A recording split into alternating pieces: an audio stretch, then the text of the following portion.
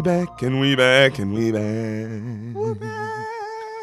We back. We're back. You sound beautiful, bro. Thank you. I've been trying to sound beautiful. What up, Beaners? Hey. You're in the Beaner. future. We're in the past. Yeah. We recorded this on National Best Friends Day. We did. Monday, June 8th in June our 8th, world. everybody. So we don't know what's going on in the future, but we know right now shit is pretty peaceful. Yeah. The protests are very nice. Are I like large, it. but they're peaceful. Yep. Today there was that big $100,000 jet.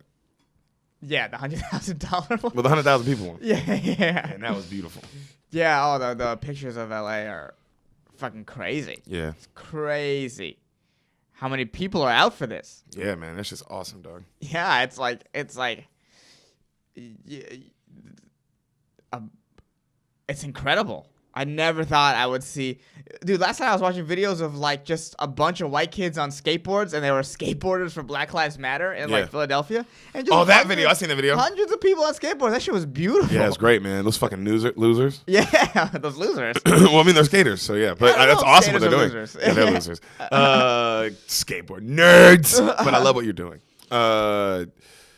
Yeah, bro, that shit was dope, nigga. Me and Hassan the other day watched that Jane Elliott shit. Man, every listener we have, when this episode is over, or stop right now and come back to that, which is also fine. Jane Elliott, the brown eye, blue eye experiment. Racism experience. Or experiment. It's an experiment. But it's on Oprah. It's 30 minutes on YouTube, bro. Watch that shit. Watch that shit. Watch that shit. Watch that shit. Jane Elliott, brown eye, blue eye, racism experiment, bro. Please watch that shit. If you're a beaner and you fuck with me, bro, please just watch that for your boy. And if you're a beaner and you fuck with me, please don't watch it. I'm actually being serious. Really watch it. Yeah, no, it's great. Also, if you go down just after that, if you go down just to Jane Elliott rabbit hole on YouTube, there's a lot of You good can learn. videos. She is start there. Just start there. It's a perfect way to start and go from there. She is a bad bitch. She is. So Jane Elliott, brown eye, blue eye experience. Bro, watch that shit for your own good. No jokes intended, fool. Watch that shit, bro. Please. But yeah, bro, it's been a crazy motherfucking week, dog. But we're back, and we're going to fucking be as racist as we can be starting now. Hassan, you ready to start and talk racist stuff? Did you watch the movie? Did you do your homework? Yeah, I did. I watched Hidden Figures. Did you cheer against them the whole time? Like I figured you would? Yeah, I was on Team Big Bang. You were like, Kirsten Dunst. Kirsten Dunst. Hold them back. Hold them back. And then when she was like, I don't have anything against y'all, I was like, boo. Boo. I do. I heard you trying to remember. I do. Oh, was that what that was? Yeah. Well, at least you were peacefully protesting the movie. Yeah, this, I learned. You're learning. Yeah, I'm learning. I'm sorry, I'm learning. It was, my God. It was a feel-good movie. It was a feel-good fucking movie. It's like, damn, these... And it's real. It's true. That's what makes it great. 3 black women at the same time were able to overcome, like, the system in 3 separate ways. Crazy. 3 separate ways. And all remembered by, like, the biggest company ever. Yeah. It's like, what's bigger than NASA? Yeah, right? It's like, it's good, and it is like... as weird as this is about to sound. What? Don't say the N-word. No. Well, what if I did and I just left it at that? I will say this because, like, my dad's NASA. I've always like loved NASA. Yes. I did that movie for that reason, by the way. It makes sense that it was as backwards as it was in the 60s, and everything was in the 60s, right? But it also, there is a strange point of pride in the sense that, like, three black women who work there, like, were able to rise above me. You know what I mean? Like at that place, they were like, oh, okay, these women are smart as fuck. They need to move up. Yeah. You know what I mean? Like there is some sort of like there were so many things holding them down, and yet they were like it's a testament to them. It was. It's a testament to them, and it's like, and I'm glad they were able to do it there. You know, like yo, bro, that's what makes it great to me. Is just like, these are supposed to be the smartest people on earth. Mm-hmm. And these they were supposed to be the smartest people on earth, but are they? I mean, the 3 black women were. No, I meant the white people who still couldn't. These are supposed to be like, you know how people like to think of a racist, you like to think of a dumbass motherfucker in Alabama. Mm-hmm. No. That's racism too. Yeah. Those people were just as racist as the white person in Alabama, bro. As the dumb redneck, as a dumb hick. These white people, this is why I thought this movie was important, bro. Because these are the white people who think they're smart. These are the white people who think they're not racist. These are these white people, bro, who are like the ones who are like, oh, bro, that's not me. As you tell this black girl, and you don't even realize, like, you don't even like that she's drinking from your coffee. You know what I mean? It's shit you don't even realize, like, oh, but I'm not doing stuff like that. It's like, yo, you're not doing that now, white person, whoever you are, but you are doing some form of racist shit. And I'm not mad at you, bro. You just got to admit it so we can move forward. Everybody's racist. Everybody's racist. It's just when you don't admit it, you look like these smart, like uppity, fucking NASA white people. Yeah. You know what I mean? Yeah, they did. I mean, they fought tooth and nail to keep those. I like that, like Big Bang. All who they fought, Kristen Dunst, they fought tooth and nail. The other white girl in the office. Yeah, to keep it the way it was. And now, were they doing anything? Like, were they beating them up and throwing hot shit at them and stuff like that? No, they weren't doing any of that shit. It was completely like, it was like, that's what when people talk about systematic shit, it's like, that's what that movie was about. It was like, no, this is what we're talking about. Not letting her into the room at the end. Yes. Mm-hmm. Like I said, a homegirl having to fucking beat the system and learn the computers before the white people, just so they can keep their jobs, and then wait them out until they came back and were like, "Hey, can you come help us now because we don't get it?" And she was like, "Yes." Damn, it's also like, damn, the white people who work the computers, you couldn't have read a book. That book was available to you at the library. That shit was in the whites only section. That's what the librarian says. This is in the whites only section. Yep. The fuck? The fuck was in the black section? What are, like, you know what I mean? Like, what are black books? What are white books? Racist shit. Shit to hold people down. We give you the book. She needed that book, bro. That was needed information, bro. Right. You give the black people, like, basic information. That's what I think. I think you get what books in the black section? Not those kind of books. Is To Kill a Mockingbird in the black section?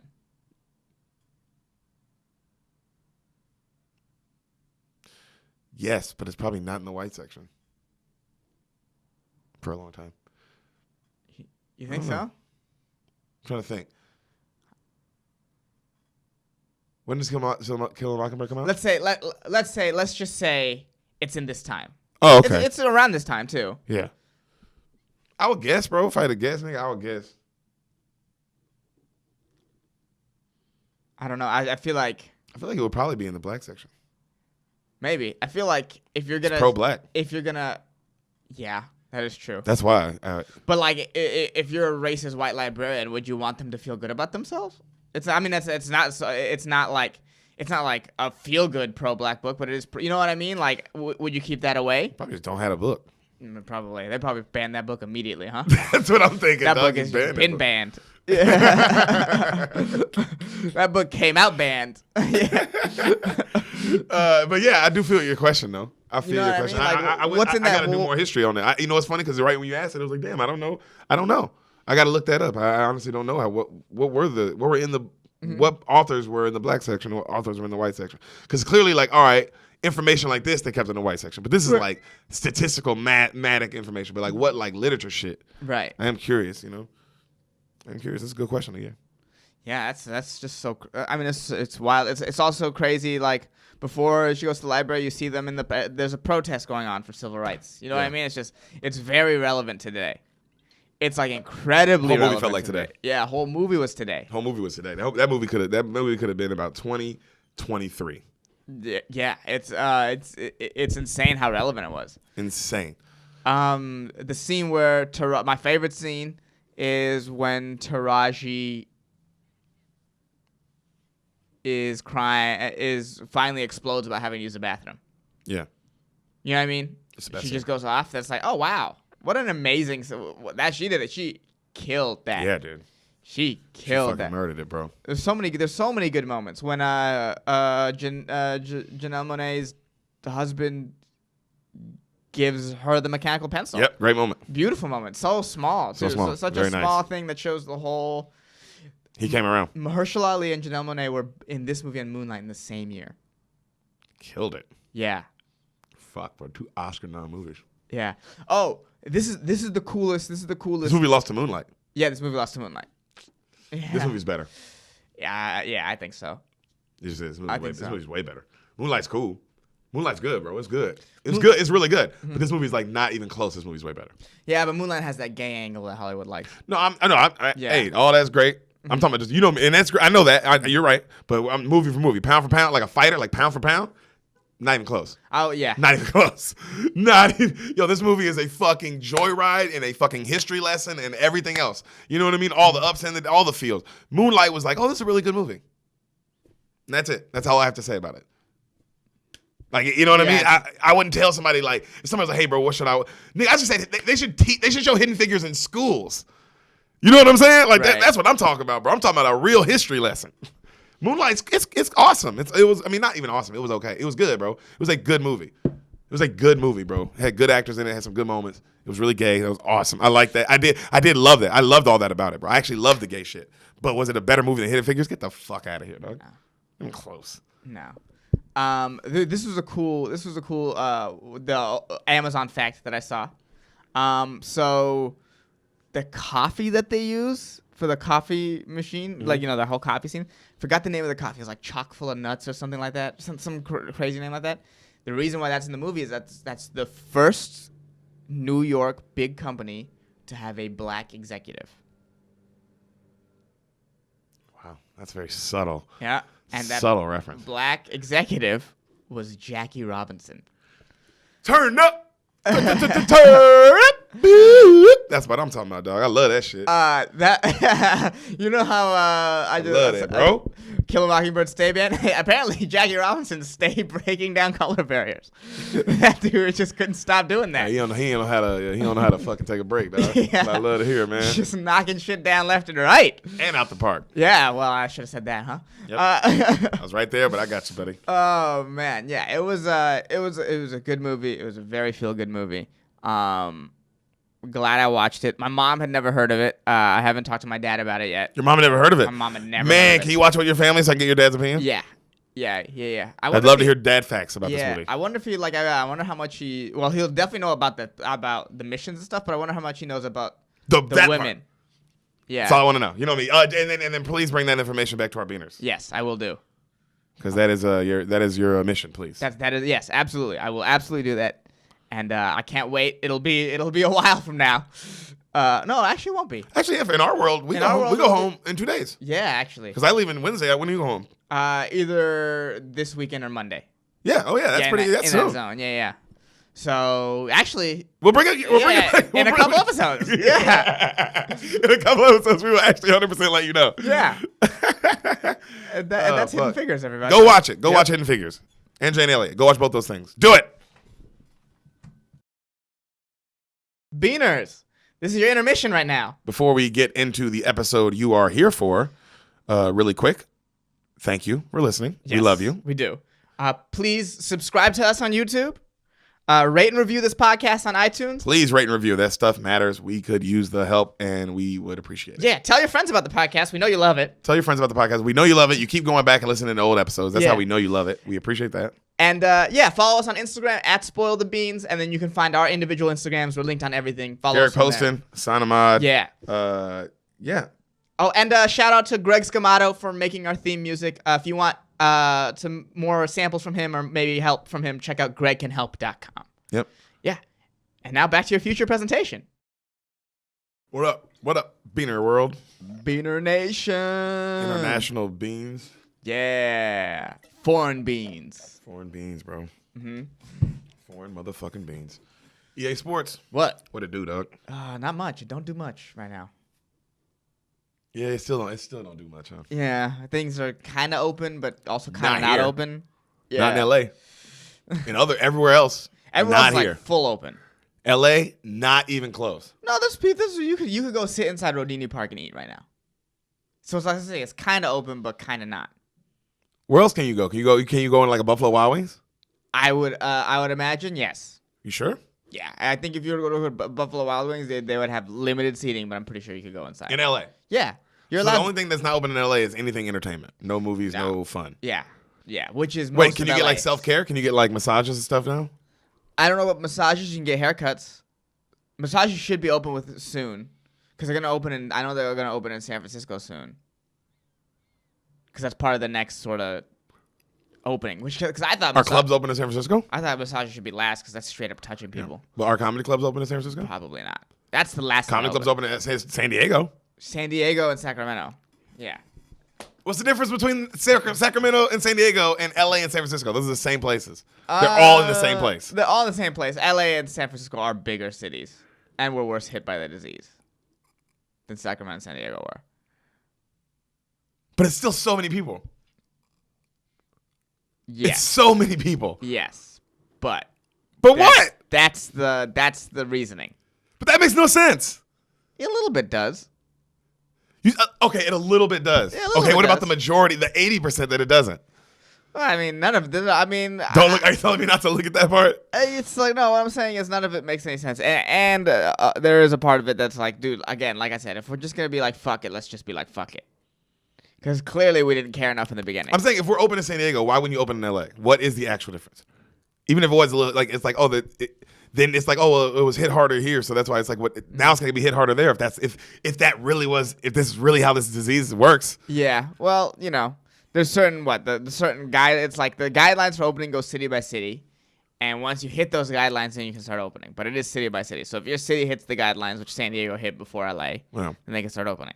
Ironically, almost no city like LA doesn't meet any of the guidelines now because our cases are going up, but we're still opening everything. I mean, another point that this makes zero sense. Yeah, I think you're gonna see nightclubs and shit open here starting next month. Probably. That's so much of our economy, and tourists still want to come here. Yep. You saw how packed the Vegas was. Yep.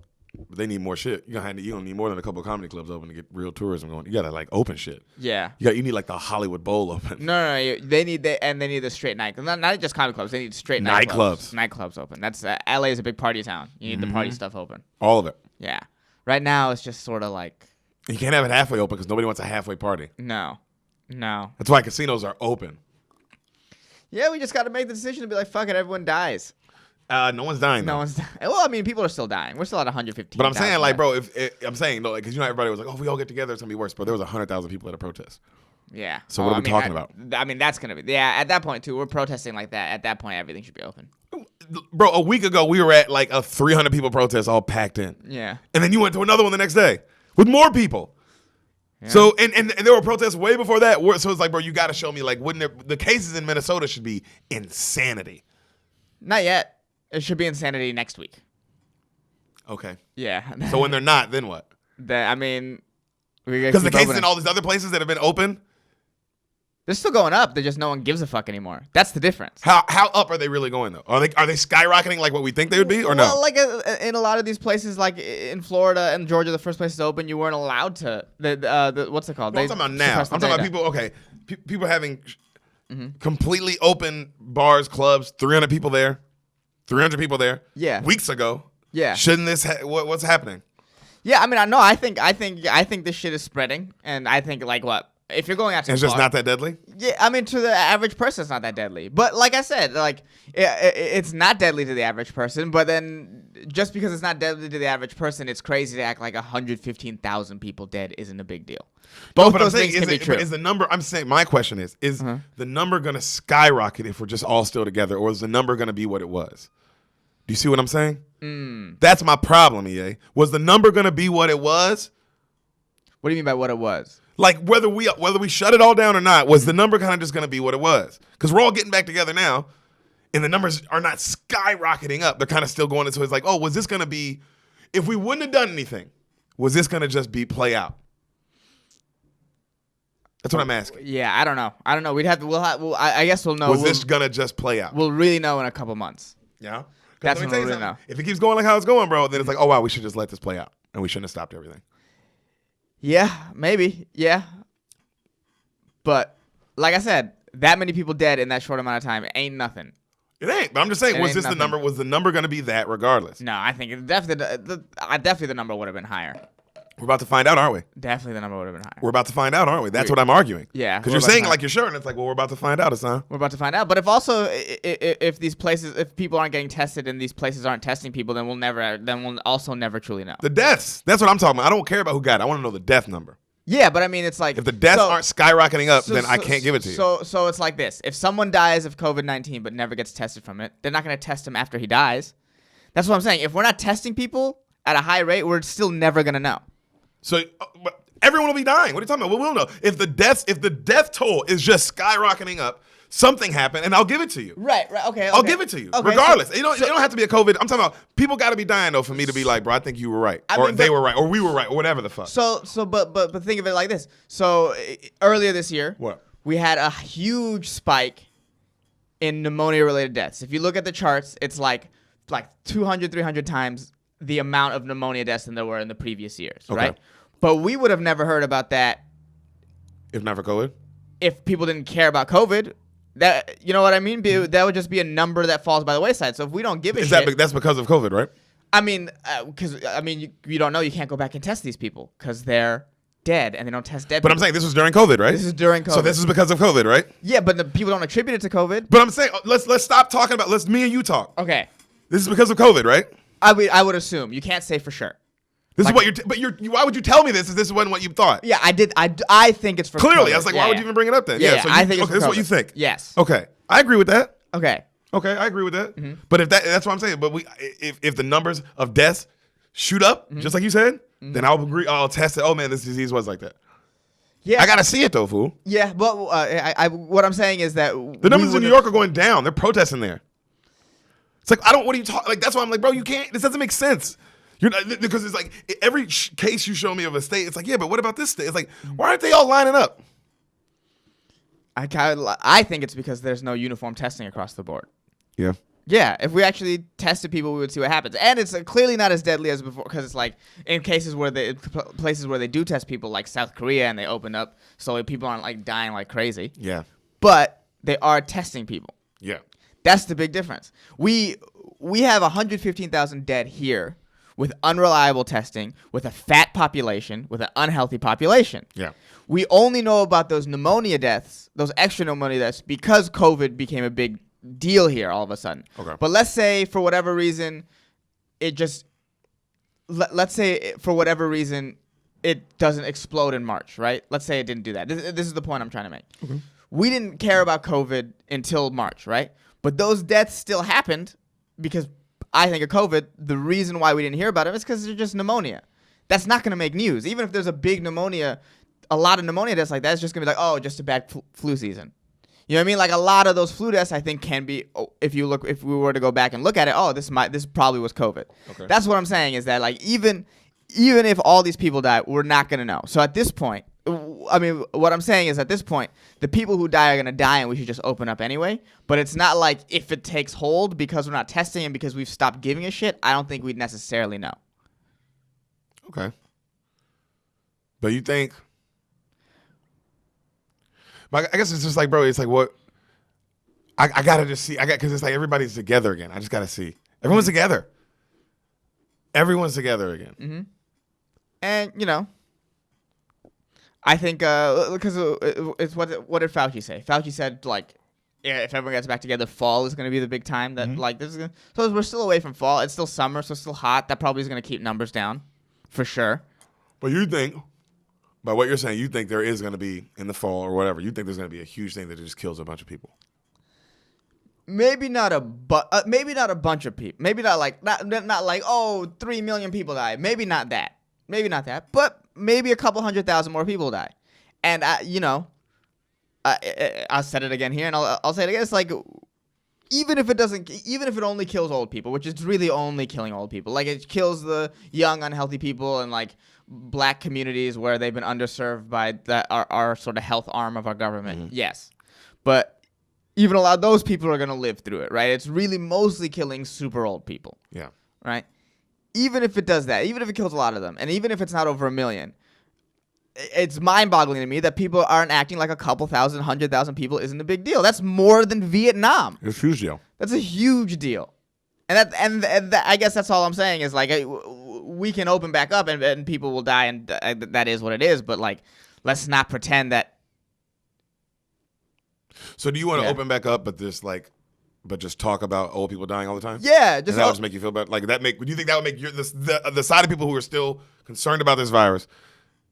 Opening up is fine if we at least constantly talk about that this is killing old people. Yeah, if we talk about like, bro, this is like if we stop minimizing the number of deaths. Yeah. That's all I would like. If the like, look, I guess I understand that we all want to open up. I want to open up.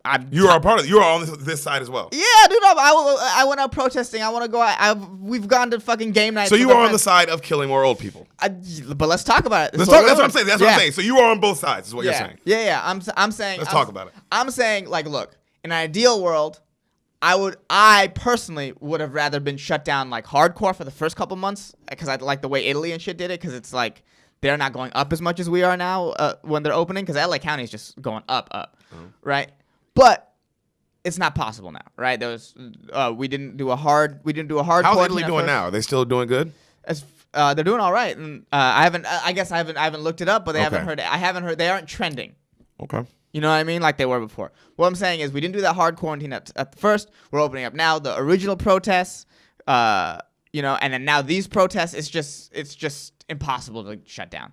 And now with everything, everyone's opening up. Vegas opened up. We're not going back. Yeah. We're not going back. So let's just talk about it. So you want to just open up, but you want everybody to be like, yeah, but old people are dying. Yeah.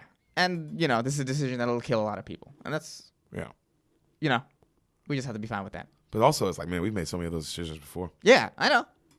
Well, it's just like you're talking about like it just on the other end of admitting you're racist. Just let's admit this shit. That's what I'm like, because I'm looking at it like that, bro. It's like, hey, bro, to me this is no different than nigga when we dropping bombs on people. What's the difference? Yeah, and we should admit that, like, hey, we fucking go. We drop bombs on people. We bomb these people. We kill innocent people. Yeah, let's talk about it. We're about to, hey, bro, I'm down for opening up. Let's kill innocent people. Hey, bro, I want oil. I like oil in my car. Yeah, bomb them. Yeah. That's what we talk. That's what you're saying. I know you're like, I'm not saying that. You gas your car up today. That's what I fucking thought.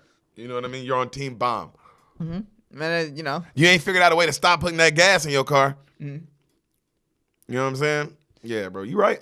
You're right. Yeah. So it's like this all these protests now. Even the original protests against the virus. I've always thought it's like we're protesting against the system. But they weren't protesting against the virus. They were protesting to go outside. Them lame ass niggas sucked. Right. I'm not with those dudes. Right. I'm saying what they were protesting for was bullshit. Was lame, I think. But like deep down, right, it's just people mad at the government. Right? Yes. Right.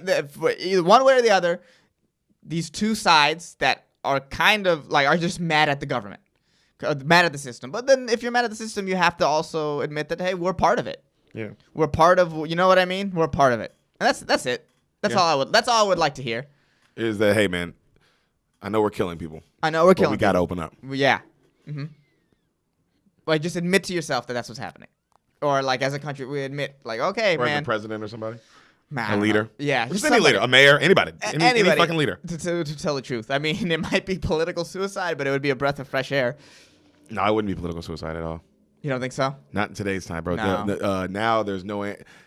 Trump changed the game. You got to admit that. Yeah, there's no like. There's no right way. Mm-hmm. He changed that, but it's like for a good way, because now a politician can say that. Right. It's not political suicide. You're right. Because if grabbing by the pussy is not political suicide, somebody saying something like that ain't either.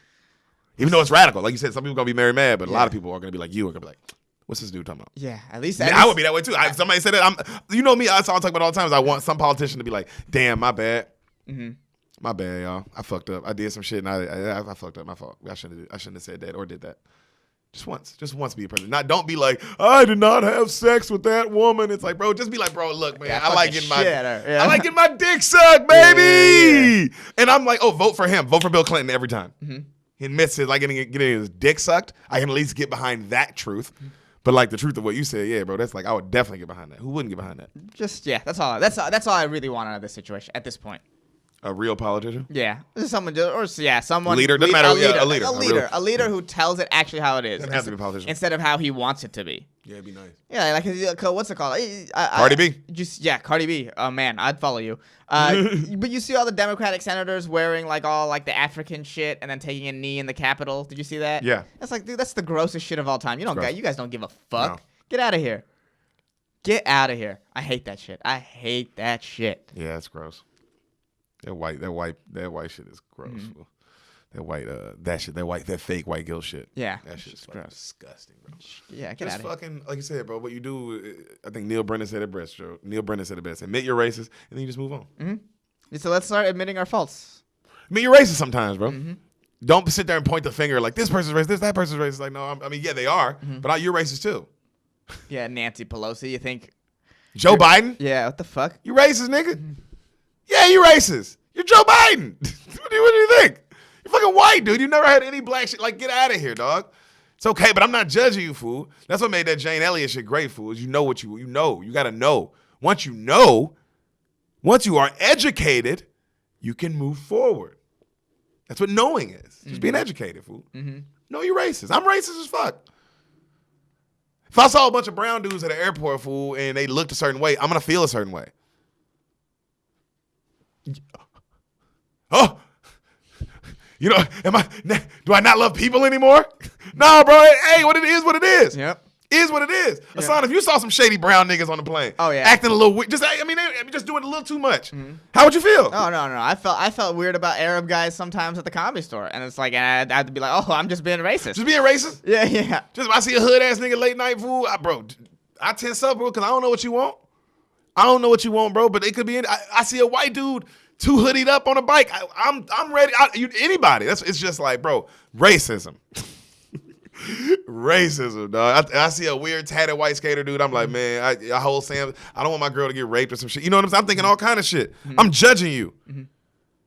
But I know that. And then I can stop for a second and be like, oh, Derek, why don't you stop being racist? Yeah. They're probably just skating. They're probably not going to rape your girl. You know? Yeah. They're just skaters with tattoos. You know? Yeah. But it's the initial feeling. It's like you can't admit that it's not there. It's okay. It's okay. You see a white dude in a hat with a gun on his hip, fool, you probably feel a certain way, EA. Yeah. Probably feel a certain way. Yeah. But then you might relax and say something to him, and then he laughs, and you're like, "Oh, okay." I'm already like, "Oh, wow." I took it to a place where. But maybe he took it to a place too when he met you, and then you made him like it's all kind of shit, fool. And maybe he was racist. Mm-hmm. People are people. And Beaners, if you want to fight, if you want to help us and fight racism, there's only one thing to do. Follow Darren Bates on Instagram. You follow Darren Bates. That's how you fight racism. If you're a fucking real Spoil the Beans fan. Yep. You go to Instagram. You type in on search. DARENBATES. Darren Bates. At Weslinson _56. He's a football player. He's a black dad. And he's a fucking good follow. Go do it. Support not racism. Yes. And if you go follow him, let him know the Bean sent you. Yeah. Any person who goes to follow Darren Bates, please tell him the Bean sent us. The Bean sent you, yeah. That's all. That's the only thing we ask. If you follow our boy Darren Bates, which you better fucking go do, say the Bean sent me. Yeah. The Bean sent me here. That's all we ask, bro. We love y'all. Hassan, you're gay. Yep. Got him. Damn it. Got him. Damn it. Podcast over. We're done. Damn it. No more Spoil the Beans. That's all I wanted. 100-something episodes for that. I can't believe I lost on this. Yeah, you're an idiot. Hassan? I know. I felt like I made such a good point earlier. Now I feel stupid. Can you do me a favor real quick before I end this podcast with you? Okay, what? We gotta make it quick because we're ending this podcast. Yeah, we are. Okay. Can you tell me what you think happens in Malibu's Most Wanted?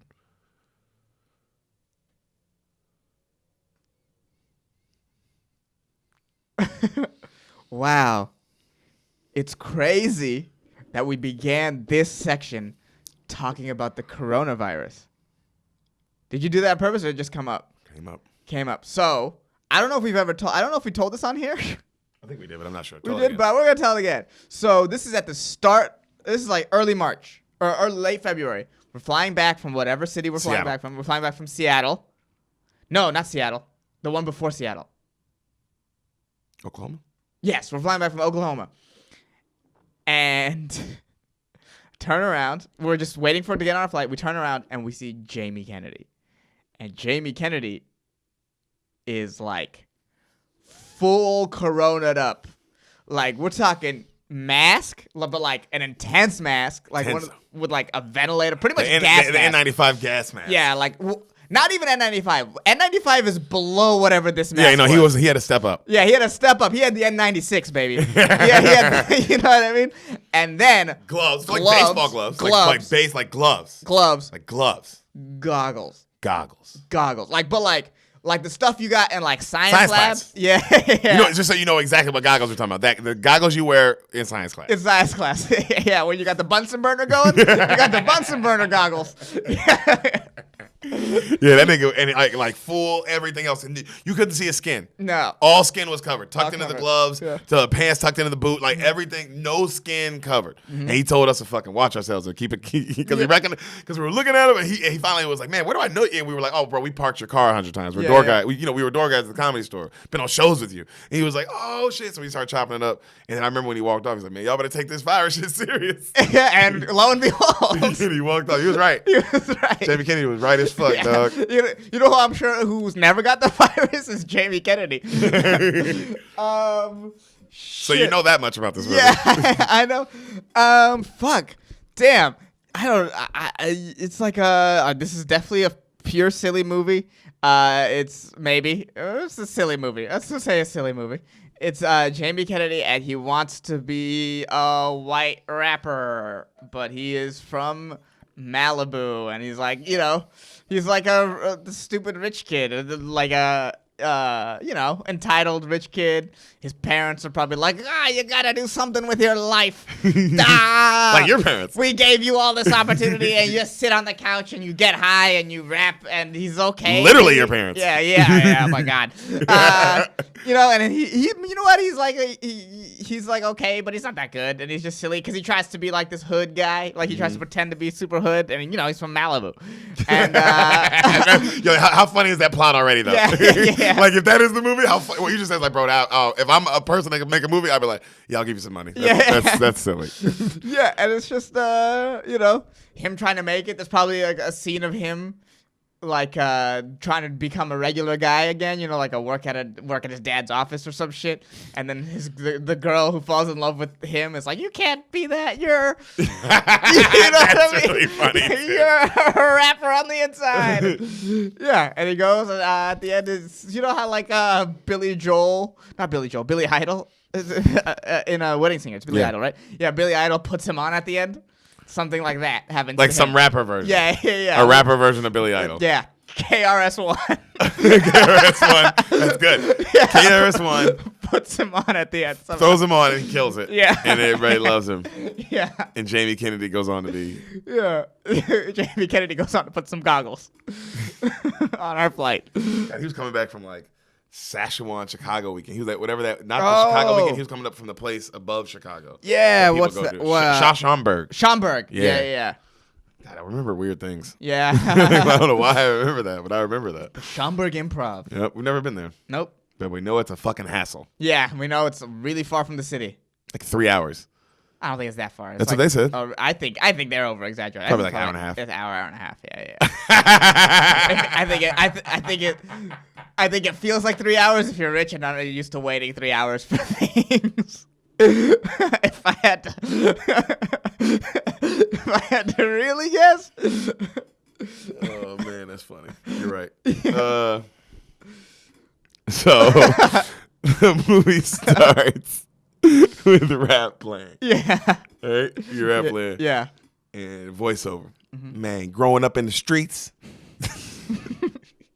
there was crazy crime, drugs. Man, the streets, see like these hard shit on the street, like in the picture. Yeah. Man, but he's like, but there was no streets tougher than mine.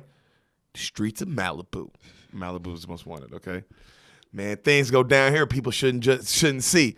You know what I mean? Everybody strapped with a 9, and they show everybody on the golf course. That's really funny. Wow, that's really funny. You know what's funny? It seems like someone thought of that joke and was like, let's write a movie around this joke. Oh, you know who wrote this movie? No. Nick Swartzen. Good for him. My God. People are funny. People are funny. Because I say it, but does it even surprise you? Like, he's makes funny. sense. That makes sense. It's a comedy like this. Who wouldn't write it? A classic comedy. Like a guy who's classically funny. Cult kind of classic silliness. Mm-hmm. You know what I mean? Yeah. And Nick Swartzen is silly. I don't think I've even seen a clip from this movie, and I know how silly it is. Oh man, this movie is great. Mm-hmm. So, this is my ghetto right here. the mall. And you see the mall. Man, police won't even come through this motherfucker, man, because of the gangs. You know, you got the Beach Boys, and there's some dudes who go to the beach. Yeah. And, you know, of course, the ACCs abuse children of celebrities. You see these like white kids all drugged out. Ooh, that's real. Yeah, that's real. Jamie Kennedy got. I mean, Nick Swartz wasn't playing with that one. Yeah. He starts introing his friends, right? Like his crew. This is my gang. And you see a young Nick Swartzen. That's one of his boys. And then you see the dude from White Castle, bro. Not the Asian dude, but your dude. Oh, really? Yeah, Cal Penn? Yeah, him. Damn. He's in. Yeah, bro. He's in it. And then this girl, just a girl, right? Mm-hmm. And he's like, and then that's me. And then you see a dude getting out of Escalade, like dressed like a fucking idiot, just like FUBU and shit, and the hat cocked to the side. Yeah. And it's Jamie Kennedy, all right. And then you hear him go, "Oh, we got some drama now." And then they pull up on the lady in the mall. And like, "Look, bitch, this is our mall. You're going to have to recognize and get our stuff right." And she's like, "We're so sorry. We gave you the wrong candles." And then she gets his candles. He's like, "Man, okay, make sure you validate this parking. We'll go get ours." You know, they're throwing up like gang signs behind them. And then you see this gigantic, like Iron Man kind of mansion. Okay. Like that kind of mansion. You know what I'm saying? And he goes, "Man, that right there, that's my crib. You know, it ain't much, but it's home." And I mean, it's like the Iron Man mansion. He goes, "That's right there. That's my pops. His pops is running for governor." Okay, there's the conflict. You were waiting for There's that. the conflict. There's the conflict. Okay. You know, Senator Bill Gluckman. Do I know The dude, him? you might recognize him. Okay. And then you see him. He's up on the podium giving a speech, and he's like, "You know, California is my family." And they're like, "Yeah." And he's like, "Here's my beautiful wife, Bess," and everybody claps, and my beautiful daughter, Brenda. And they're all like blonde and like, you know, smiling. And a reporter goes, "Where's your son, Brad?" And then his campaign manager, Blair Underwood. Oh, wow. Blair, coming up in the beans again. Look at you, buddy. Look at you. Be you. He's like, "No more questions." He's his campaign manager, clearly. He's like, no more questions." And then right then you see the Escalade pull up with the spinning rims, and B-Rad hops out the back, and he's like, B-Rad. B-Rad G, you know what I'm saying? What up? Hi, Pops. It's me. It's your boy, B-Rad. And his dad's like, Hi, Brad. And he starts like rapping, and it's fucking terrible, and his team like stops. They all stop it and get him out of there, right? Right. So cut to upstairs, the team is all discussing, "Man, what the hell happened? He ruined it all. I thought you said he was out of town." Whoop-de-whoop. Right then, B-Rad comes in. He's like, "Yo, what up?" His pants are like sagging, like they're like on his ankles. Right. You know? And he's like, "Yo, what up, Pop? I just got your ass some more votes. You know what I'm saying? Had to show up so my pop can blow up." And he's like, "But I'm gonna let y'all do y'all campaign this thing, and I'm gonna get up out of here." And he like moonwalks out. He's amazing. You know what's so crazy? This is the opposite of a Hidden Figures. Yeah. I just realized this is literally the opposite of that. Yeah, but they should also show this in schools. What's funny is that this is early 2000s? Early 2000s, maybe 2002, 2003. Okay. What's funny You about own it, this? by the way. Oh, fuck yeah. This is a good one to own. What's funny about this is that the humor comes from, right, the fact that this guy would sink a campaign. In 2020, maybe not. No, I'm voting for B-Rad's dad. B-Rad's dad? Oh, my God. That's a great slogan. I'm B-Rad's dad. I'm B-Rad's dad, Yeah. and I love California. Yeah. I'm like, I'm in. Why Yeah. not? What else are we doing? Oh, man, how the world has changed. Politics ain't shit. Yeah. So, you know, right then the guy goes, "Bill," you know, the Blair Underwood, he's like, "Bill, you gotta shut this down. He cannot be involved." And the dad's like, "Oh, come on. There's gotta be something he can do." And they're like, "No." And he's like, "What about, phones?" And they're like, "No." He's like, "How about make signs?" And they're like, "Okay, he can make signs." So at his next rally, Bill Gluckman, he's at a huge rally, women's rights thing, and it's the whole thing's about women's equal rights, and he's saying all these things about he's gonna do this for women, that for women, and this for women. And they're all like, "Yeah." And he's like, I even changed my new campaign slogan to this," and they like pull down a thing, and like you see a big sign behind him, and it's "Bill Gluckman is down for the bitches and the hoes." You know, that's on him. You probably Oh, should that's check on the that. whole team. Him. Yeah. That's not on him. That's on the team. He should never even think about shit like that. Yeah. I'm mad at I'm like, yo, who didn't double check B-Rad's work? Are you kidding me? We let him make the campaign slogan sign? Yeah. So cut to like him getting ran out by all the women. Mm-hmm. Like all the women are running him out, and he's in the car, and B-Rad's in the car drinking champagne. And B's like, "B-Rad, what were you thinking?" He's like, "What you talking about, Dad? You got to keep your pimp hand strizz on." So his parents take him to therapy. Right. Okay. Therapist, Okay. Jeffrey Tambor, Really? Look at him. the dad from Hangover. If you wonder, Yes. if y'all out there like, who the fuck is he talking about? And the granddad from Arrested Development. Also, granddad from Arrested Development. Also, everything else. Yeah, everything else. It's like I don't know. I don't even know where to begin. Yeah. That's why we said his name. Great name too. Oh yeah, great name. Temblor. So he goes, "What are your goals, B-Rad?" And he's like, "Man, to be the biggest rapper ever, dog. You know, I got something to say, doc." It's fair. You know, like, he goes, "Really?" He goes, "Yeah. You know, I can rap about anything. Shrink, blinkety blink. Trying to make me think. Gonna make me vomit. Clean it up a comment. Earth my planet." I remember that shit from when I was a kid, nigga. I remember some of these raps he did in this movie just from when I was a fucking kid. That's how funny these just are. That's really funny. Earth my planet. This is so funny. I gotta say this now because What? it's really funny. So usually, when we record, like during quarantine, like usually Derek watches the movie and I leave. But during quarantine, I've had to stay inside, right? And so usually when Derek starts watching the movie, he texts me and I put my headphones in and I'm usually up by the time he texts me. When he texted me this morning, I was still asleep. Mm-hmm. So I woke up and I heard something like this before I put in my headphones. I didn't listen, right? But I heard it. I was like, oh, I think we're doing a black movie. That's what I thought. Boy, were you wrong. I was holding that in and I was like, I gotta say this now. It's too much. Well, now are you like, well, I don't think this is a black movie anymore. No. As soon as you said Malibus Most Wanted, I laughed in my head. I saw you laugh. Yeah, but I was like, I think I gotta share this information with you. That's so funny to think we're doing a black movie today and then hear this and it's like, Oh, wow. Yeah. You know how we talked earlier about admitting that you're racist? Oh, you gotta do it, guys. I think this is a good moment. Like, oh, shit. And Jeffrey goes, well, when did you start feeling this way, B-Rad? Oh, man, Doc, way back in the dizzy.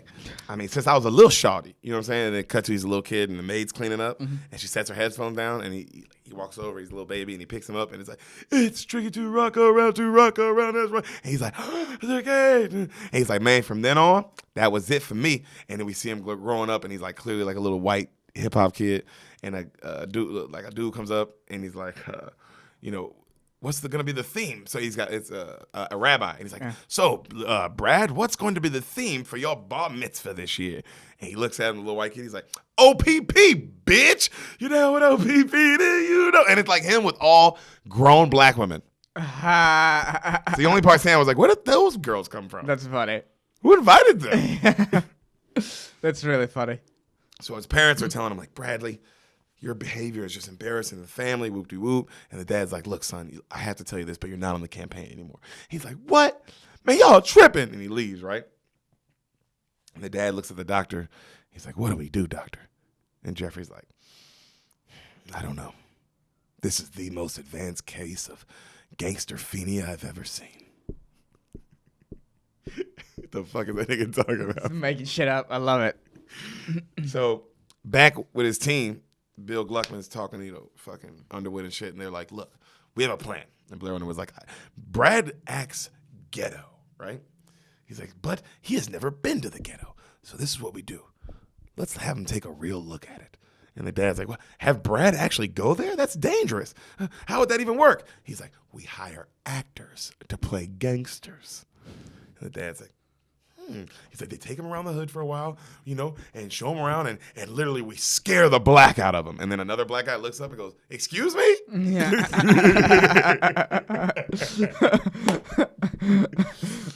And the dad's like, well, who would play the gangsters? And they go, remember that commercial you did? And they hit play on a commercial, and you see two black guys like playing basketball, and they're about to fight. And the two black guys are Anthony Anderson and Taye Diggs. Damn, what is this cast? They This is a great steal this cast. movie. Great cast. Taye Diggs and Anthony Anderson. Bro, they're so fucking funny in this. That's correct. That's awesome. Oh, my God. So, That's awesome. I don't think of Taye Diggs as a funny actor. bro, this is what made me always think of him as so funny, because I always remember him from being this, and just That's he crazy. kills this. That's pretty funny. So, you know, they're arguing about the fight and shit, and Bill Gluckman steps up and he separates him. He goes, hey, instead of thinking about what crew you roll with or what set you're from, you know, why don't you worry about being brothers? And then they're like, yeah, I ain't never thought about it like that, dog. And they shake hands, and he goes, see, California is my family. That's so funny. That's so funny to think that there'd be like such a political white man Oh, ad. bro. To think that there'd be like one would be a Blood and one would be a Crip, and they'd be playing basketball together. About to fight. Yo, and then he dunks on both of them in the commercial. Yeah. And then from the rim, he's like, "See, California, there's no telling how high we can fly." Love this ad. Love this campaign. And so they go, he points at the two black guys, and they're like, "These are our guys." Cut to, we see our boys, right? And they're like tucked in polos, you know what I mean? Dockers, you know, like fucking white guy sandals, you know, like completely white guys, right? Prep, they look like white prep dudes. Oh, beyond that. Yeah. Beyond that. Okay. You know what I mean? And he go, they like you see Blair Underwood, he's looking at him, he's like, "Can you guys handle the job?" And they're like, "Of course we can." And then Tay Diggs like, "We're from Juilliard, for Christ's sakes." And they tell him like, "All right, he thinks he's a rapper. Okay, so you got to scare that out of him." And then Tay Diggs is like, "Friggin' A." And they're like, "All right, so when you see him act black or he starts to act ghetto, I want it to piss you off. All right, I want you to show him the real ghetto, and it pays $15,000 a piece. Okay, but if you screw up and one hair on his privileged head is touched, you will do some serious time. Do you hear me?" "Oh, yes, sir. We are clear." "Oh, we clear?" "Oh, Cristal, sir." and Blair Underwood's like, "I like that. Cristal." Right? And so he goes, "Here's $5 up front. You get $25 when he is returned white." And Tay Diggs is like, "Ooh, as the driven snow, sir." I don't know why, but it just everything he said made me laugh. Everything is so because he's like a Broadway actor. He's like so it's like I can see him play the. You already see it, well. and that's why he's like, "Oh, bro, it's so funny." And then he goes, you know, the Blair Underwood guy's like, "All right, I'll call you guys later," or should I say, "I'll holler." And then Tatum's like, "Holler back, Blair, holler back." So cut to right. Tay Diggs is saying how he's nervous. He's like, "Oh my God, I can't believe we're gonna have to be around real gangsters. This could be bad." And Anthony Anderson's like, "Hey, this is the ultimate acting challenge. This is for us. We can do this." And then Tay Diggs is like, "Oh yeah, but you know what really chaps my ass? I always have to be a gangbanger or something. They never let me be a doctor or a lawyer. I always have to be one of those guys that, you know, play a role where I just want to play a role where I don't have to wear the Timberlands where the laces are not done. It's just so sloppy." And he's like, "Look, I know, but we'll get there with this, you know?" Jesus. And then he goes, so real. Then he goes, Swanson's on some weird woke shit. Because like, you know what I mean? Like, this is the Blair Underwood black guy is definitely like, that's a type of dude. That's the type of dude, yeah. Candace Owens. Or woman. Yeah. It's like, or Hodge twins. That's Hodge twins. who they are. It's like, Yep. damn. So Tay Diggs is like, "Well, who do we know in the ghetto?" And the Anderson's like, "My cousin, Chandra, Regina Hall." Good. Jesus Christ. Good for her. All great comedy people. Yeah. Great comedy people. Mm-hmm. And then she's like sitting there and she's working at like a weenie hut. And then they're like, you know, she's like, "Nope, not doing it."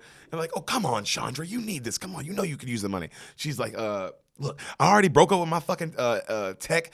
I already broke up with Tech the other day, my fucking gangster ass ex-boyfriend, and I ain't going back and I ain't fucking getting in trouble with y'all, okay? I'm going to beauty school. I'm going to eventually open my own beauty salon, and I'm going to cut hair, and that's that, right?"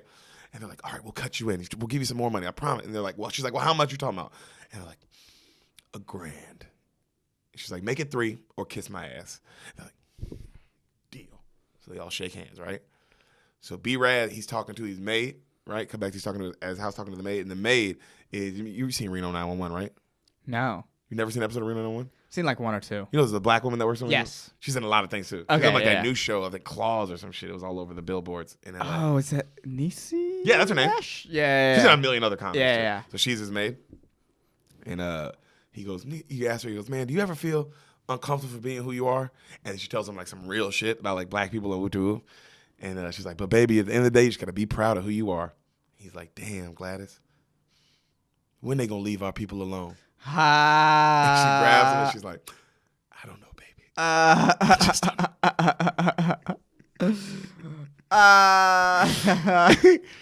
God, this character's amazing. Yeah. This character's amazing. So we see very Joe Dirt like. She's like, "Oh, this is just This is like even more. way dumber." Yeah.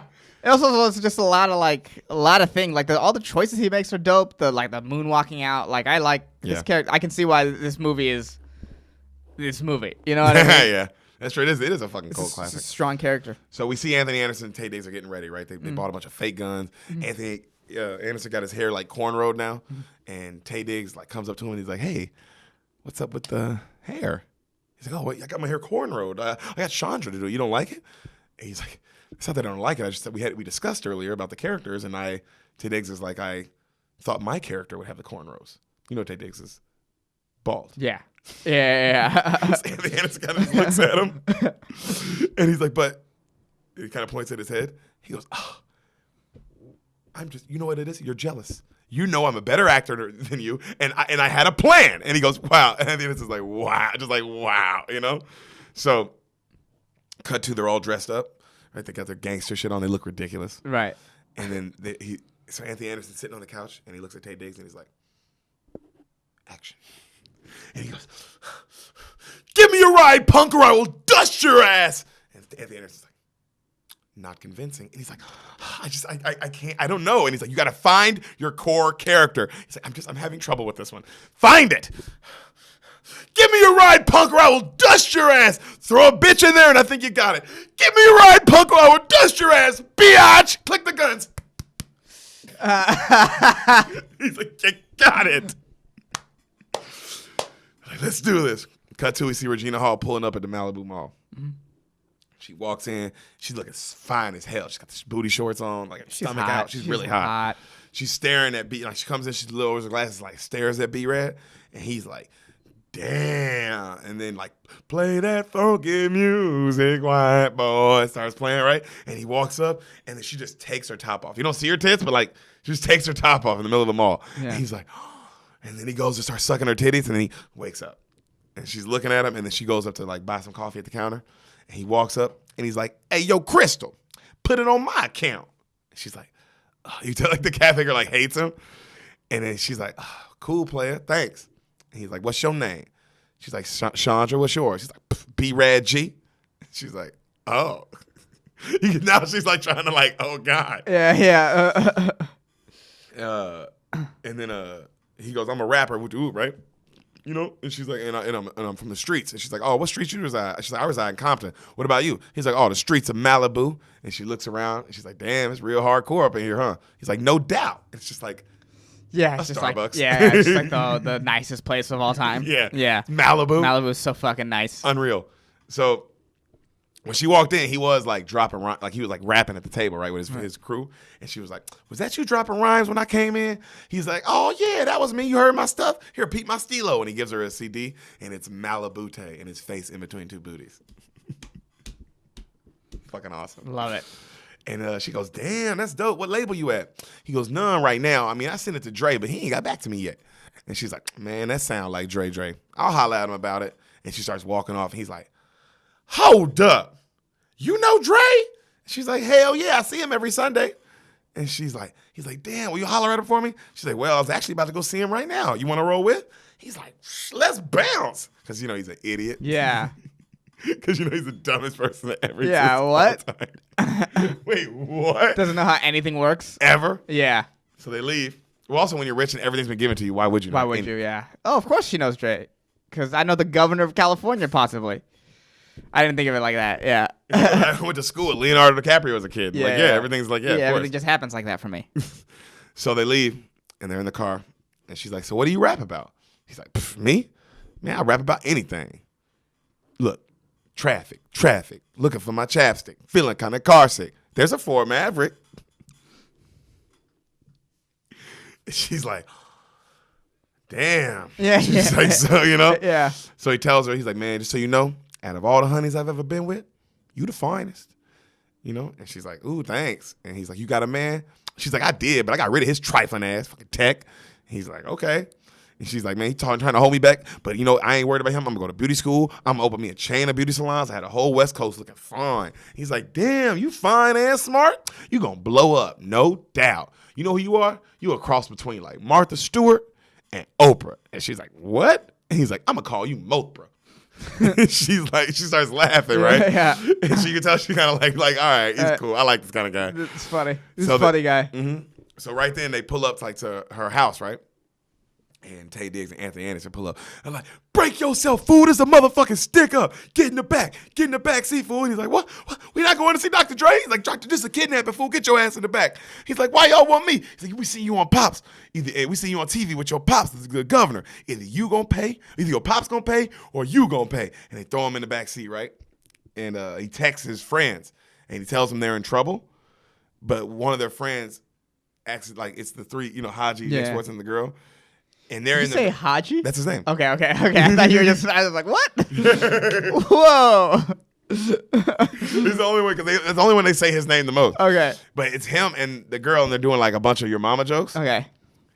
And it's getting intense. So they miss the text, and then the phone breaks because the man Haji goes to the girl. He says, "Your mom is so poor that your tits are real," and everybody's like, "Ah!" And bro, that shit made me laugh so hard.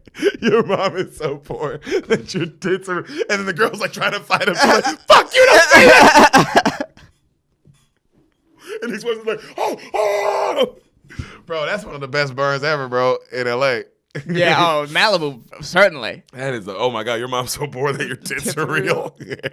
But that shit, because the other jokes are like, oh, your mom's so fat, this and that. And then he goes, well, your mom's so poor, your tits are real. And I was like, nigga, hold up.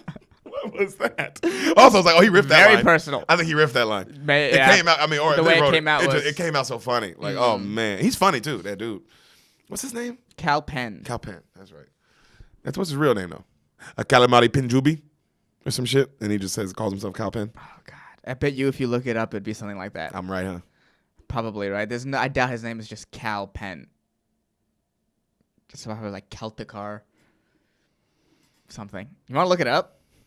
I'm very curious. Look up Cal Penn's real name. I'm already on the fucking thing. I'm very curious. What is it? What is it? The fact that you already started laughing is like, what is it? Oh, this fucking, I feel bad for this white. I was like, damn, bro. People be doing this to people, bro. Especially your people. What? Can't even keep their own names, bro. This nigga's name is Kalpin Sarush Moody. It's like, bro, where the fuck did you get? You took your whole, just Kalpin, huh? Mm-hmm. Mm-hmm. I mean, I get it, though. It's like so you can get roles. This shit, it ain't just his fault. Especially back in 2003. When how many Indian people are there really? He was in office? Was he? Holy shit, he was in office. He was the associate director in the White House Office of Public Engagement for Barack Obama's whole thing. Oh yeah. That's why. So he was on House, and they had to kill his character so he can go do that. Wow, was he like a big character on House? Yeah, he was like so you know how it was House and then 3 Doctors? Yeah. So how he was in the second 3 Doctors. So the first 3 Doctors House had, they all got written off in some way. And then Cal was in the second 3. Damn, he still goes by Cal Penn, bro. Mm-hmm. Why not go by your full name now? You're you now. Yeah, but you're you, but people already know you as Cal Penn. That's yeah, but it's problem. like, I mean, people used to know Lou Alcindor, and then people were like, oh, now he's Kareem Abdul. It wasn't like he was not famous as Lou Alcindor. He was the most famous person as Lou Alcindor. Yeah. He was the most famous person as Cassius Clay. Yeah, I don't know. You know, just to be like, what do you? That's not how that works. Also, Cal Penn is like registered under SAG, so it's like he'd have to. But I'm saying who gives a fuck about that, bro? It's your name. What? It's registered under SAG. That's not a cop out. Yeah, I don't know. I think he's just fine with it now. You have such a cooler name than that. Kalpin Sarush Moody is better. I mean, I don't disagree, but I think he's just like, well, it is what it is now. Yeah. Oh, it's a little bit of like that. if like all of a sudden you were just Eric. I'm like, why do you call yourself Eric? And you're like, it's just easier. I'm like, Hassan. But that's a little bit of the old Hollywood thinking, right? This is 2003. Totally. 2003, that's the older Hollywood. This nigga was born in 1977. Mm-hmm. That's why he thinks that way. And it's not his fault. I'm not mad at him also. I'm just like, bro, you rich now. They can't tell you shit now, bro. You rich as fuck. Yeah, you can do whatever the fuck you want. Ever you want. So he burns the shit out of her with that line. Mm-hmm. And so homeboy's in the back, Jamie Kennedy, and he goes, man, why y'all doing this to a brother, right? And they go, because you ain't black. You could never be black. You know, you take it. And Teddy's like, you taking the only thing I got left, my culture. And they're like, yeah, where'd you learn this fake black shit anyway? He's like, I learned it from BET. And they're like, well, this ain't TV, white boy. And they pull up to like Chandra's place and they get out. They go, this is the real hood. You know what I'm saying? This is Compton, motherfucker. People die here every day. And then right then a little girl and all her friends ride by on their bikes. And they're like, hey, Chandra. And he's like, hey, girls. And the little girl's like, you should come by later. Daisy just had puppies. And Chandra's like, ooh, okay. And they're all, and then Jamie Kennedy's like looking at him. And then, bro, Tay Diggs goes, pit bull puppies, son. Pit bull puppies. Oh, bro. So they tie his hands up and they put him on a bed, right? Mm-hmm. And they close the door. Right when they close the door, Tay Diggs, he goes, oh, and he looks at Anthony Anderson and he goes, did you buy my rage? And Anthony Anderson goes, no. He goes, what do you mean no? He goes, you're indicating. You're indicating, I have never indicated in my entire career. And they're like, okay, whatever. Chandra? What's indicating? When you're acting? Yeah. Well, I mean, it's what it sounds like. So it's like, you're saying you're mad? Yeah. Okay. You're saying you're mad. Okay. Like, show me. Okay. Be mad. Don't be like, I'm mad. Because that is what he says. He's like, I'm a gangster. That is what that would mean. Okay.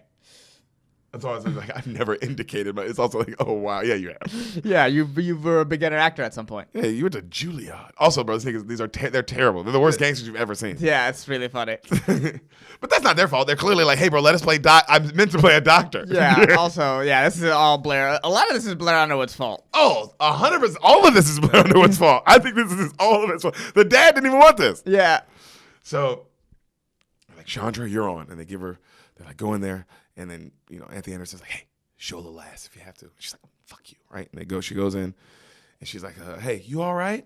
And he's like, man, I've just been kidnapped and carjacked. And she's like, yeah, I'm sorry about all that. That wasn't even my idea.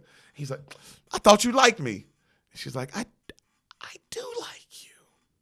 And he's like looking at her like, I don't believe it. She's like, no, I had to, for real. They real killers out there. And he's like, for real? She's like, yeah. She's like, but let me school you on something, okay? I'm going to help you. He goes, what? She goes, the one thing they hate more than anything in the world is posers. And he goes, me too, girl. He goes, I feel that shit. And she's like, I'm talking about you, idiot. He goes, I ain't no poser. She looks at him. He's like, for real, I got a PhD, a poser hater degree.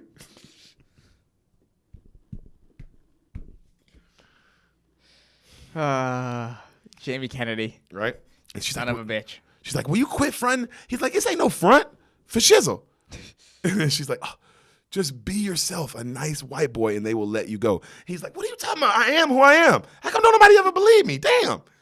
And then she's like, she walks out, and she's like, she throws the keys back at him, and she's like, I guess maybe show him your ass. I don't know.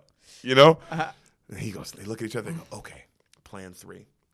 I'll go in crazy and I'll be buck wild, right? I'll be crazy. This is Tay Diggs. And then he goes, and you just say, stick to the plan, but Bloodbath, because that's his name. Just stick to the plan. And he's like, all right. Bloodbath. That's his name. Bro, how Gangsters. fast do you know they're not gangsters when he's like, bro, I'm Bloodbath. Yeah, what? Are you an X-Men? What kind of name is Bloodbath? Are you an X-Men? Yeah, where's Professor X? What's going on? Also, if you're Bloodbath and the X-Men, hey, bro, just go join Magneto already. Yeah. Clearly, that's where you're going to end up, dude. You're not going to be an X-Men with that name. At some point, you're going to make a mistake. And that name's not going to help. Yeah, oh, God. What's your power to? You just bathe people in blood?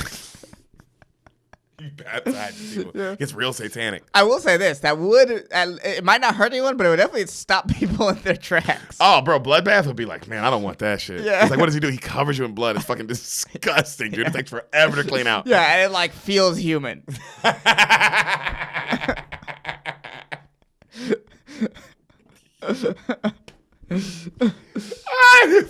That's even more fucked up. Yeah. And it feels like a human's blood. Yeah.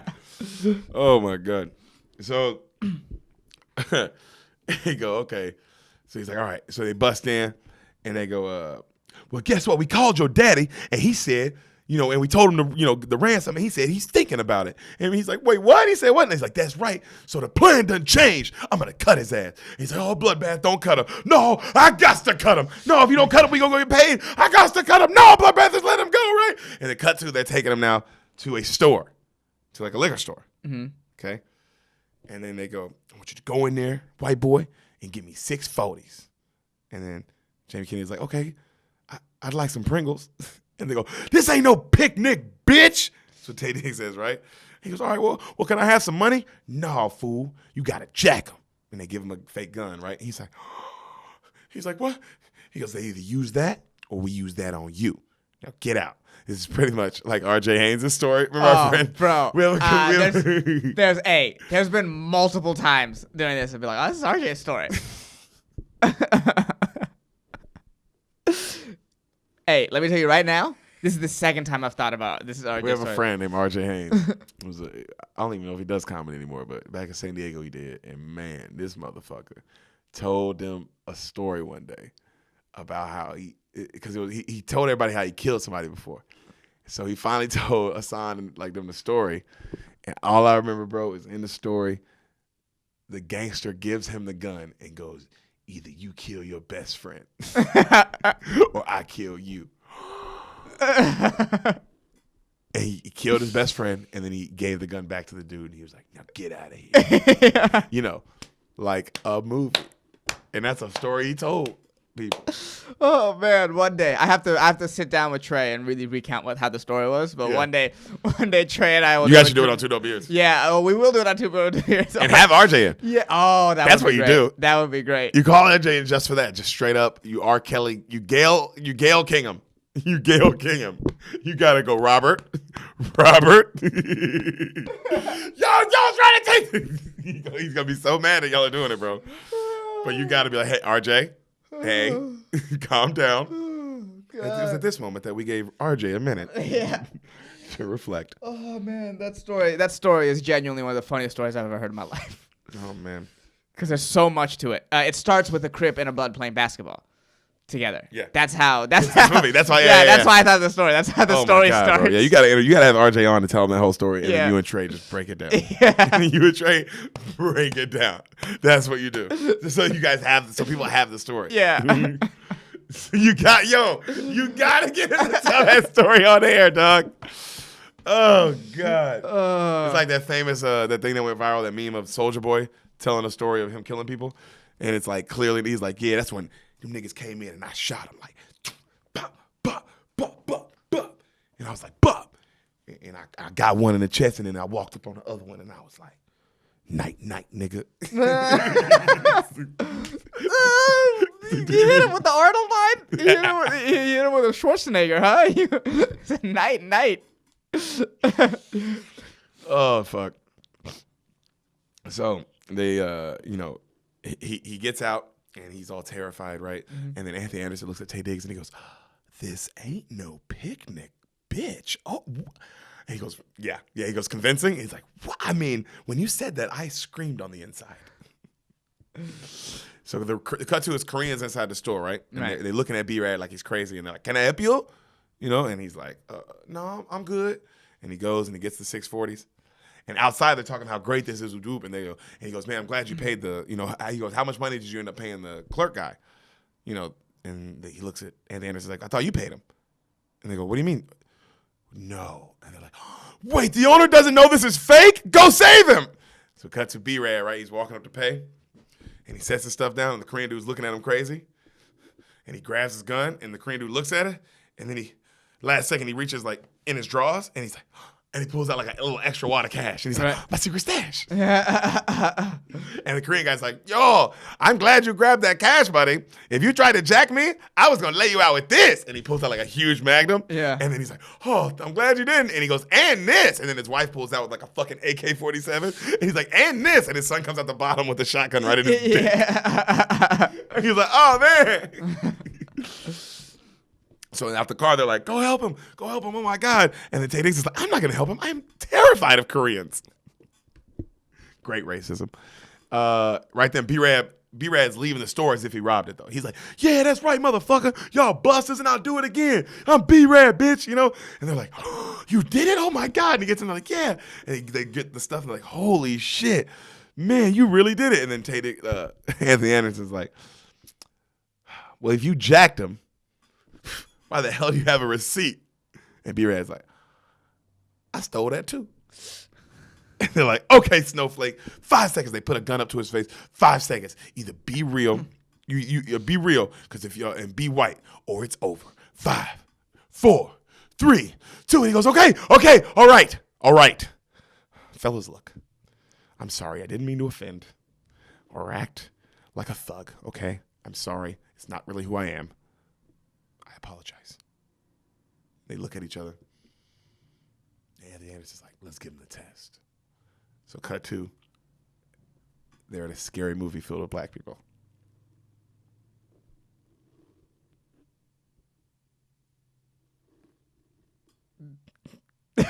That's the test. Is it the test is he has to stay quiet? You know what the test is.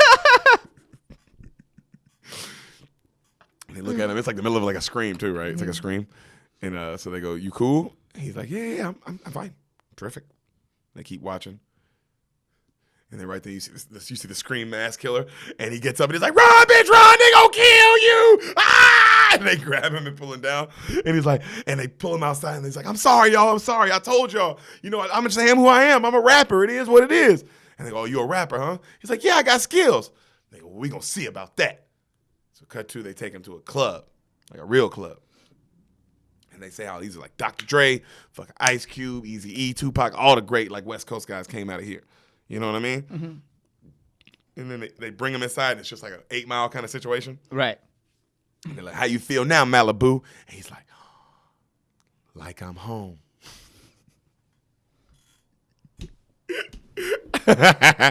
So Regina Hall is there with a friend. She's already there. And she noticed him. She's like, oh, shit. So cut to, they're walking up, and they ask the host if their boy can get on the mic. The host, Mike Epps. Oh, wow. So Mike Epps, they're like, hey, you know, we want to put our homie up. And they're like, what's his name? They're like, B-Rad from Malibu. He's like, fucking hell no. And he's like, what about my friend Ben Franklin? He got something to say. And he's like, no. And then he's like, what about another Ben Franklin? He's like, nah, okay, right? Yeah. He's like, you know, we'll bring him up in a second, right? He's like, y'all two go fucking play with each other, whatever y'all doing, because they look like fake. They look so weird. Yeah. And he goes, right then, Chandra is upstairs, and her ex, this gangster ass dude named Tech, comes up, right? He's like, hey, Chandra, what's up? I heard you've been getting busy with another dude, you know? And then she's like, man, she's like, maybe, but then you need to get about my business, Tech. And he's like, well, who is he? Let me find out who he is. She's like, don't worry about it. He just ain't your black ass. And then right then, B-Rad comes up. He's like, oh, shit, Chandra, what's up, girl? You know, you all right? He's like, man, is she? She's like, she goes, are you all right, B-Rad? And he goes, oh, I'm fine, but you the finest. And then the tech dude goes, you hitting this white boy? And then, like,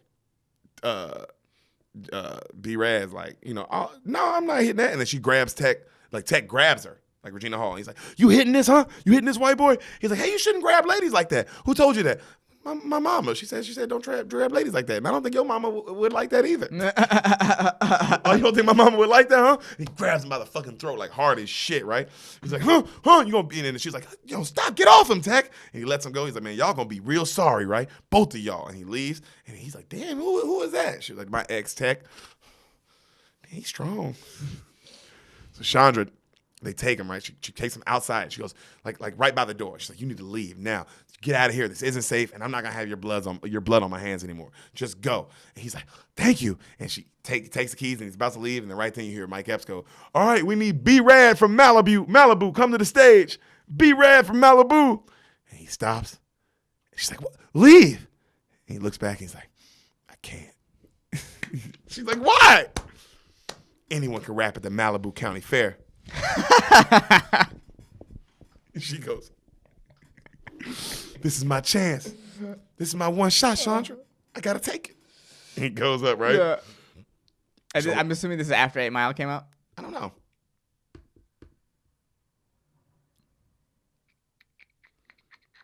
Because with this let's say this is 2003, I could see 8 Mile being 2002.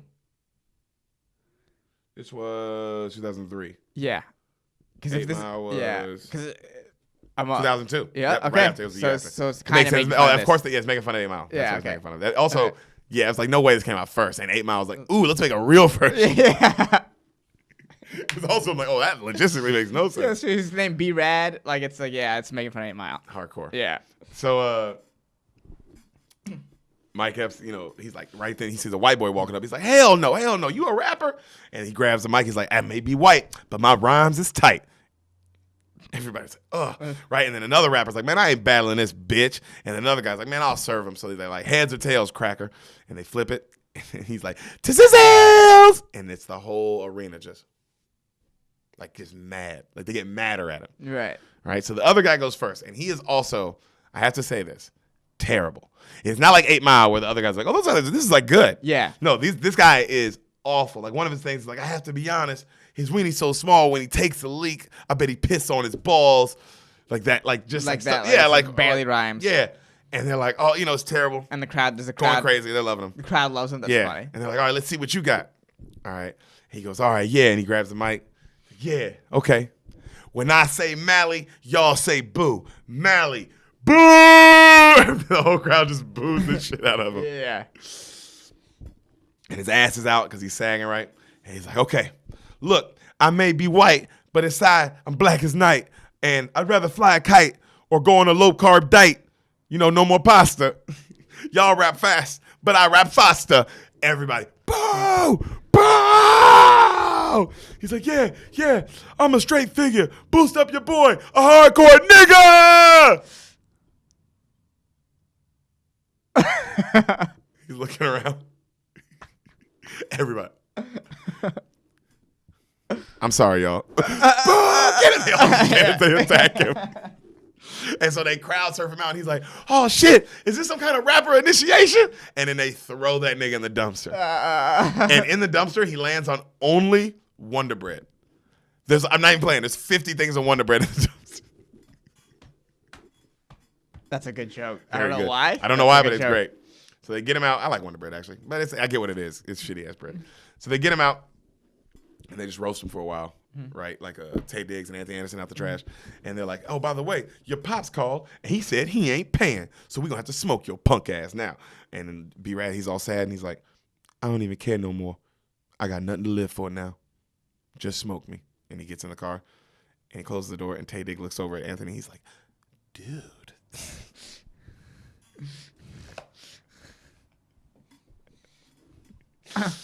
So at the bar, a Latino gangster dude starts talking shit to Tech, right? About how I heard your boy was smashing that white, girl smashing that white boy, that shitty ass white boy, all that, and then Tech knocks him out. He looks at his crew, he's like, man, fuck that, we gonna kill that white boy, all right? So he's laying in Chandra's bed, he's all sad, and she comes in, and she's like, hey, you all right? He's like, no. She's like, hey, it's okay. They just don't understand you. She's like, don't nobody really understand how hardcore Malibu really is. And he's like, yeah. And she's like, yeah. I mean, B-Rad, think about all the traffic and the sharks. He's like, man, it do be sharks. And then he goes, and then B-Rad looks at her, he goes, yeah, and like sometimes when the public be on your private beach, and she's like, right. He goes, Chandra, really I ain't no player. That's all a front. I ain't never been with no real black girl. And you the finest girl I ever seen. And she's like, thanks.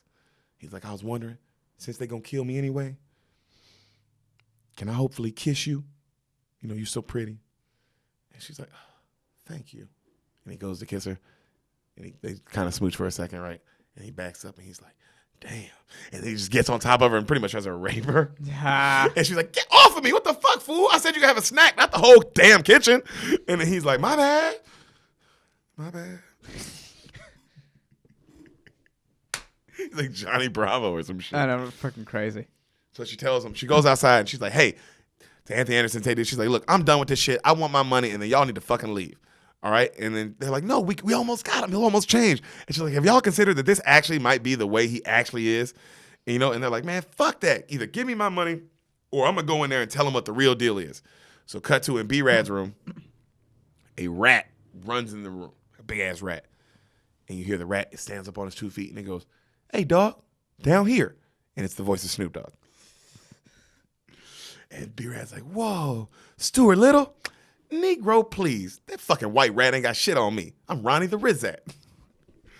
And he goes, man, so why? He's like, oh, damn, what up, Ronnie? So why you down, dog? I'm a failure, Ronnie. Man, let me tell you something, B-Rad. You got to stop listening to the haters and the perpetrators and just be yourself. Well, this is crazy. And he goes, dang, for real? He goes, you telling me if I be myself, I can achieve all my dreams? Hell yeah, player. And if I work hard, I can be the biggest rapper of all time? Hell no, nigga, you stink. And GB Rad's like, don't be hating. And then he wakes up like, what a crazy fucking dream. What? Who wrote this? Nick Swartzen. I know. What the fuck? He probably was high. He smokes weed. Oh, yeah, this is a high. This is fun. This is like, oh, man, they're letting me. They gave me enough money to write it. Yeah. And they gave me enough budget to do this. So I was like, all right, I'm going to do what I want. Yeah, no, it's really funny. It's really crazy. Yeah. So he goes and he wakes up and he looks where the rat came from, like, and and as he's doing so, he overhears Tay Diggs on the phone with Blair Underwood saying everything that's happened so far and whoop-de-whoop, and now he's realizing it's fake. Right. And as he's asking for more money and shit. And he gets up and he's like, they've been playing me all along. Man, I knew my rhymes was dope. How they gonna do that to me? How she gonna do that to me? All them fools wanna play me? And he rips his shirt off. Well, let's play. And he breaks down the door. He's like, listen up. B-Rad G is in the heezy. And then Tay Diggs is like, shut your mouth, fool, and get back in the room or I'll beat your ass. And B-Rad's like, you feel froggy? Leap. And Tay Diggs is like, oh my God. And then Chandra's like, what got into you? And he's like, shut up, hoe. And she's like, who you calling a hoe? He's like, the same hoe that gave up that weak ass kiss 5 minutes ago. And then Tay Diggs and Anthony Anderson are like, ooh, Chandra. Yeah. And she's like, he's like, man, y'all talking all that shit. Y'all done woke up my real inner killer. Now let's go drop some bodies. And he takes their car keys and he walks outside, right? And they're like, and Chandra's like, well, go get him. So Tay Diggs and Anthony Anderson, they run outside and they're like, hold up, B-Rad, wait a minute. He's like, no, my daddy don't love me. Y'all, don't nobody got love for me. He was like, whoop-de-whoop. He goes, I ain't down. Fuck all that shit. And they're like, no, you're down. B-Rad, you're really cool. You're down. We were lying.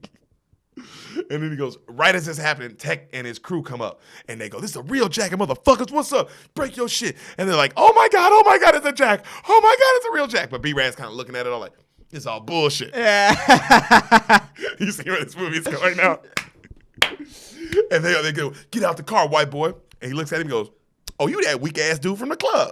And he's like, the fuck? And they snatch him out the car. They go, you ready to die, white boy? And he's like, hell yeah. And they're like, man, throw his ass in the trunk. So they throw him in the trunk, and he's just talking shit right the whole time. And then they go, so what's up, Bloodbath? What's up with your boy? He goes, look, guys, my name is not Bloodbath. It's Sean. We are, and we are hired to kidnap the son of Bill Gluckman. We were paid to do this. And they go, and the black dude, tech dude goes, oh, Bill Gluckman? I know him. He's the one that's down with the bitches and the hoes. He's like, I think I'm going to vote for him. And they go, wow. Yeah. Like it worked. Yo, that's a great What a joke. callback. What a callback. He's the one who's down with the bitches and the hoes. It worked. I forgot until you laughed. They're like, oh, damn, I didn't even consider that. Yeah. Like, oh, it's a callback. I mean, I knew it was a callback, but like, oh, wow, what a crazy callback. Yeah. And so, also, by the way, standing next to Tech the whole time, just an extra in this, Terry Crews. Oh, hilarious. I Hilarious. mean, that dude's just an extra for a long time. Yeah. Yeah, wow. What a relevant name to pop up. He was trending on Twitter. Oh, he is less than canceled 24 right hours now. ago. That dude is canceled. They're canceling everybody, bro. Hey, black people, don't say anything. Hey, white people, don't say anything. Everybody, don't say anything. That's how much that shit don't matter, fool. If I'm Terry Crews, I'm gonna go fuck. Man, fuck you. What, I'm not a black man no more? I'm not a black man no more, bro? Well, if Amanda Seales says you're not a black man, you're not a black man. Well, that's true. That's how that works. That's who decides. She is Queen Black. Yeah. Look, bro. You know what I'm saying? I think some people forget, like, bro, some shit just ain't got, a nigga can have an opinion, fool, ain't got shit to do with you. Oh, but that opinion fucking, shut the fuck up. You still got your opinion, speak yours too. If it's better, people are gonna listen to yours. No, but some people's opinion is just whatever is the teardown opinion. You know what I mean? Like they don't have real opinions. They're like, oh, who can I tear down now? Yeah, bro. Oh, killer man. That's all. It's all black people y'all are tearing down, and then y'all tear down. I mean, y'all don't get me wrong. Y'all tear down white people too, but it's always tearing down. Fool, uplift somebody. Other than yourselves, you lame ass niggas. No. All them niggas are coons. Fool. I think all them niggas, them kind of niggas, bro. Them niggas on Twitter, bro. Y'all be cooning y'all motherfucking ass off, bro. Cooning, fool. It's easier to tear down than to uplift. It's all about tearing down. Bro, just cooning y'all ass off, bro. Because you know what's cooning to me, bro, is just eliminating a nigga because he cooning, fool. Like, why don't you just try and talk to that motherfucker, bro? Try and talk to that motherfucker, bro. Have a conversation with the motherfucker. Have a dialogue. No, that ain't enough. You gotta fucking get the back. And it's like, bro, all right, that's your career, you lame ass nigga. That's why you're not, like, it's cool that that's your career, bro, but like, that's your career, fool. That. You're just like the white people, bro. Well, it's like you also can't have a real conversation because then they'll realize that you don't have actual ideas. Nah, fool. You're just like, oh, okay, let me talking out your ass. Yeah. Don't get me wrong, bro. I love that you a fucking successful ass black woman. That shit's the fucking best. That's sexy as fuck. And I love that you got a big ass platform to have an opinion. But guess what? Your opinion is dog shit, bitch. But I love you though.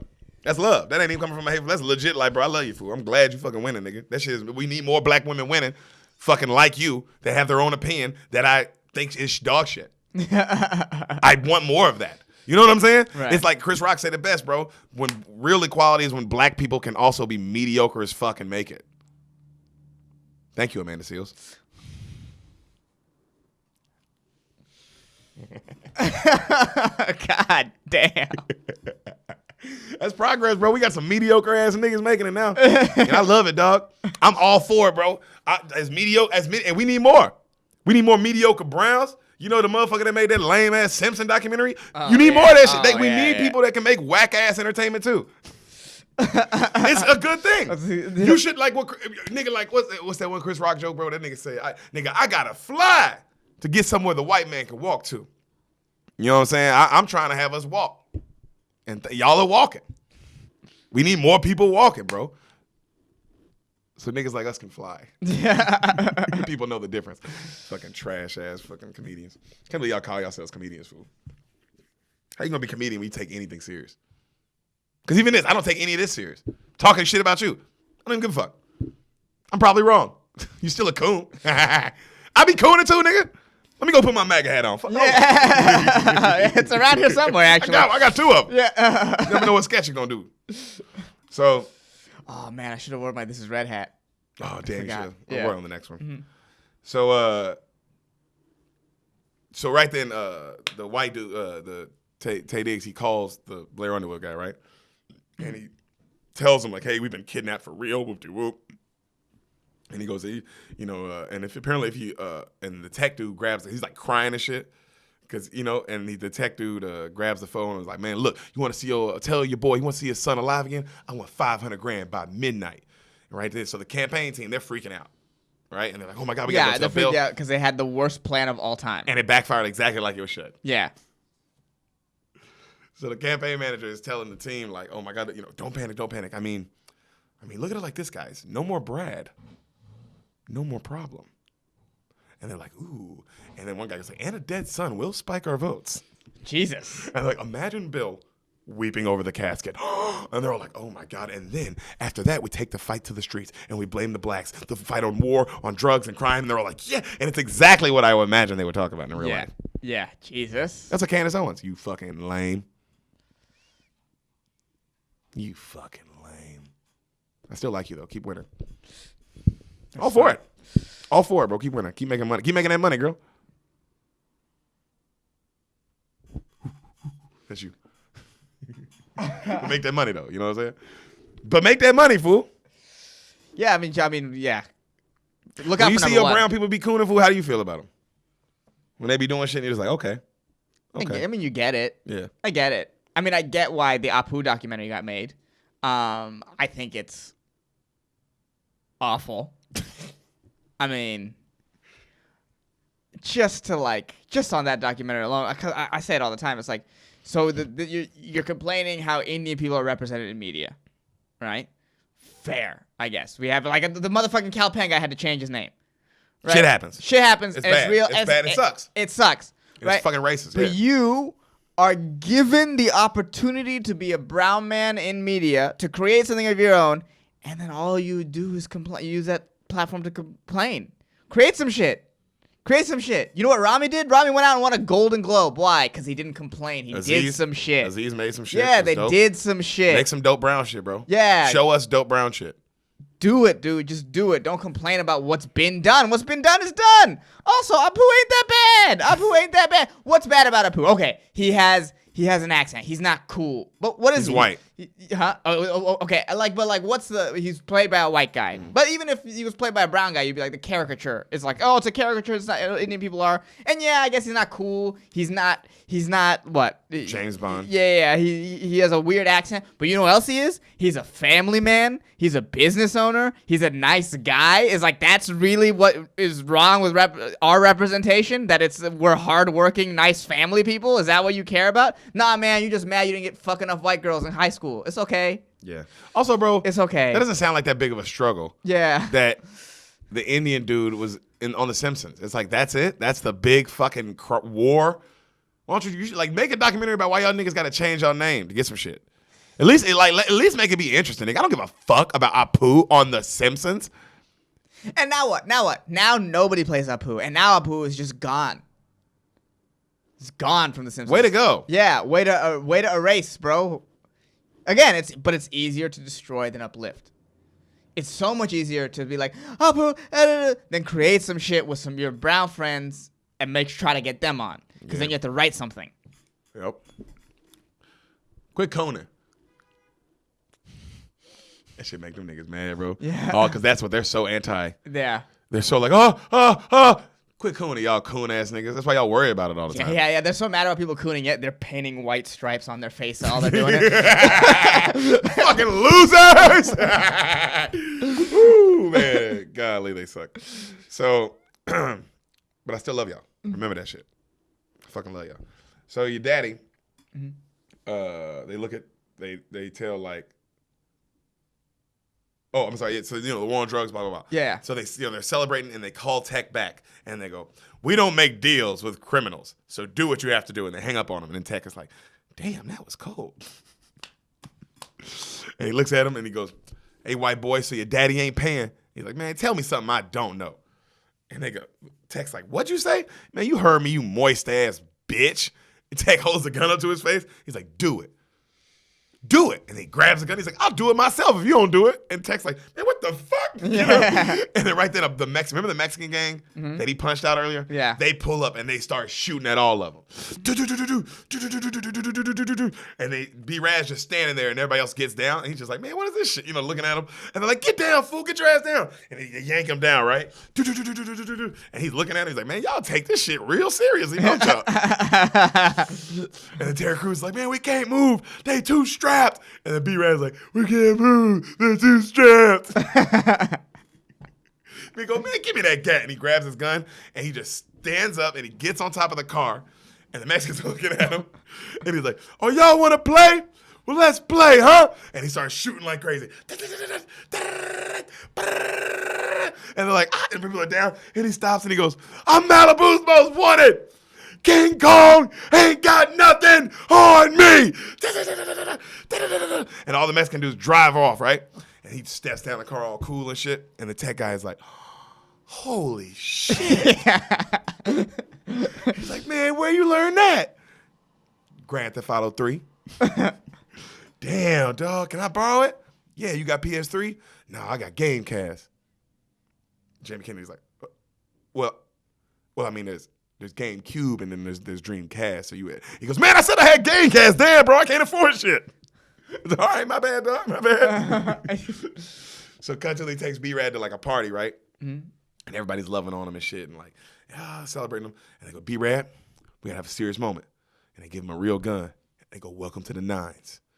Only way out, in a box. And B-Rad starts laughing. And then he's like,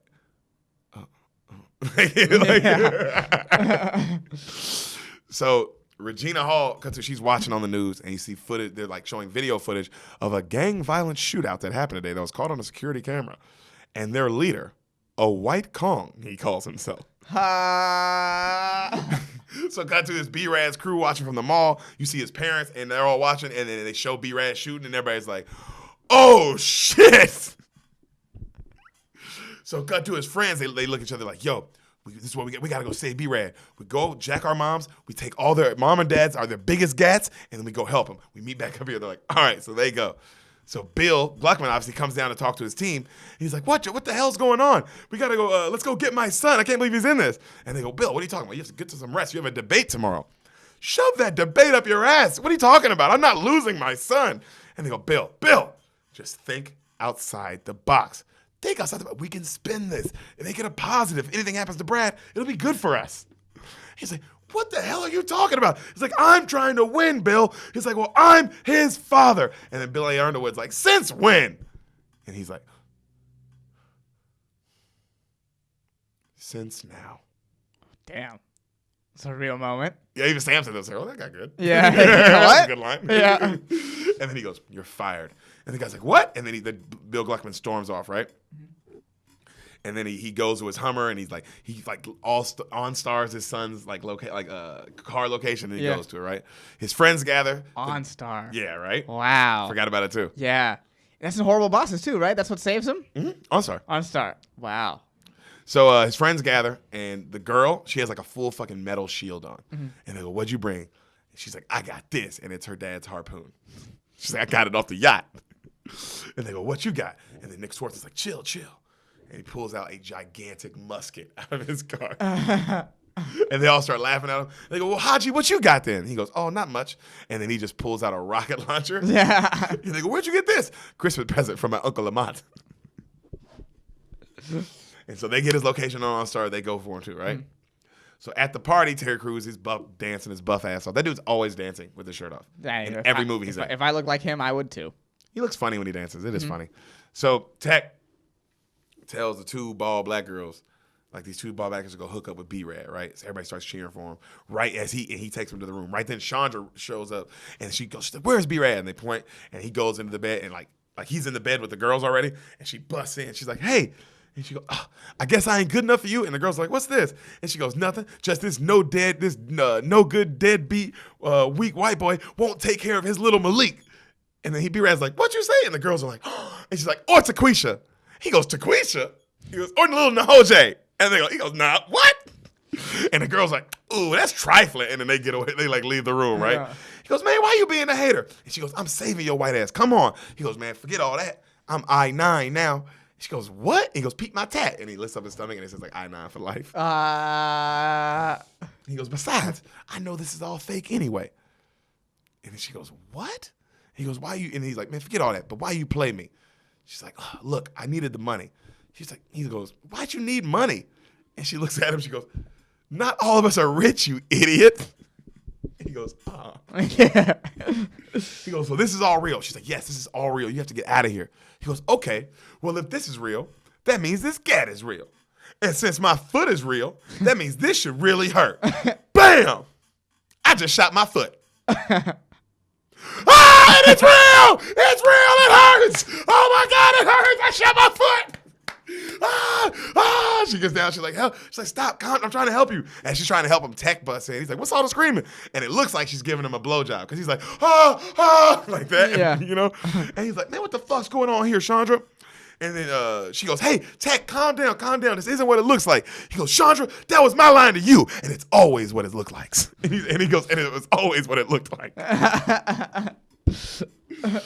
And then B-Rad's like, man, look, I think I need to get up out of here, y'all. I accidentally shot my foot. And they go, no, white boy, you forgot. Only one way out of the I-9. And your ticket in this here chamber, right? And then as he says that, he points the gun at him. Tay Digg looks at Anthony Anderson. And he goes, that's it. Anthony's like, what? That's the rage I was talking about. And his like legs are crossed, and he's like studying. Yeah. Yo, how funny. Bro, Tay Diggs is funny, fool. This nigga, when you see him too, he looks so like you know what I mean? It's like, oh, bruh. So right then he points the gun at him. Chandra stands in front of the gun. She's like, I won't let you do it, Tech. And he's like, well, I'm going to do both of you then. And then right then the Hummer, and his dad drives through the house, right? And he's like, B-Rad. And he's like, damn, fool, you just hit my house. Tech's like, what the fuck? He's like, son, are you okay? He's like, not really, Dad. And unless you really strapped, I don't think you're going to be okay either. And then right then all the gangsters point their guns at Bill Gluckman. And he looks at him, he goes, look, guys, I recognize street violence tears us apart, but California is my family. I love him, dog. That's a true politician. Yeah. And he goes, and then he does the full speech from his commercial. Right. And then the black dudes are like, damn, I never thought of it like that. What do we say, brothers? And they all hold up their guns again at him. And then right then, his friends bust their car through the house. And he's like, Tech's like, dang, what the? Anybody know what a fucking driveway is? Because it's just 2 cars in the house. Like, it's a small house, folks. That's why it looks. It would be like, yo, why would they do this? I get, from Tech's perspective, and it's like, my name, what the fuck? It's just parking the driveway and bust in the door. Why would you bust through the house on both sides? It doesn't make any sense. They will come out with a suit of armor and a harpoon. Bro, yes. And a rocket launcher and a musket. Okay. And so they're all pointing their weapons at each other, and then B-Rad's like, hold on, real quick. Hey, Dad, you really wasn't gonna pay my ransom? He's like, no, son, I didn't even hear about that. That wasn't any of the plan. He goes, but you just wanted to make me white, huh? You don't even know me, Dad. He's like, I'm sorry, son. I wasn't there for you, but I always loved you, and I still do. And if this is who you are, then I accept you, and I promise to be a real father.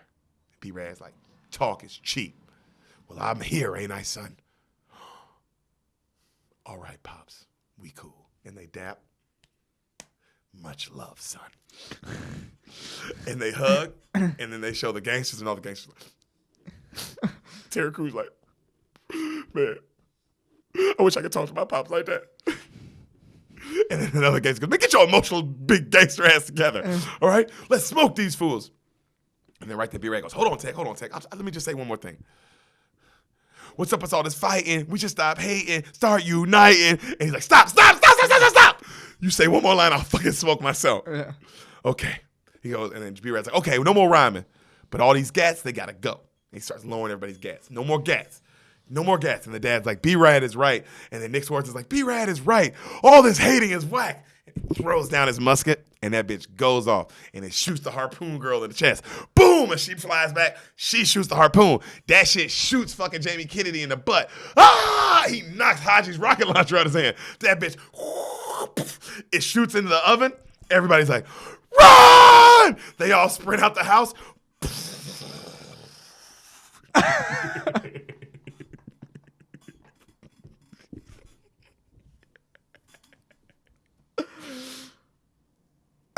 It's pretty great, yeah. Right then, the fire department shows up, obviously. Yeah. And Tech is telling the cops, like, hey, look, man, I don't give a fuck what y'all do. If this shit ain't rebuilt by the time my mom gets back, it's on y'all's ass, not mine. And so you see Tay Diggs on the news, and he's like, the explosion, I think, was really, really a metaphor for the anger that we all feel inside, and the camera crews just go off of him. Yeah. So they cut back to they're fixing Brad's butt, for being harpooned. And he looks at Chandra. He's like, I'm confused, Chandra. He goes, I just don't know. And she goes, what? He goes, I just don't know what was real and what wasn't. And she goes, and she kisses him. And he's like, cut to like the future, right? And they're kissing, like, and they look all nice.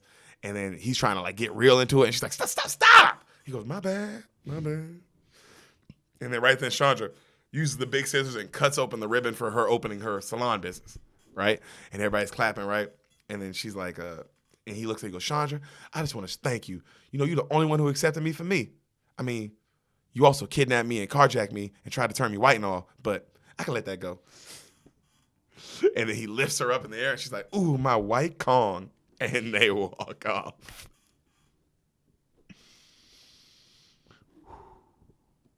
So Bill Gluckman wins the California vote. Somehow. He becomes the new governor. Yeah. And at a huge rap concert, he celebrates with his rap idol son. They freeze frame on him. Credits. Bloopers. Okay, I like this. Bloopers. I like bloopers. And the last scene, they show Big Boy listening to Malibute, and he stops, and it cut to it. It's him going, pull! Malibu's Most Wanted. I like that last. That was the last shot of Big Boy because he's like, and then just pull. Yeah.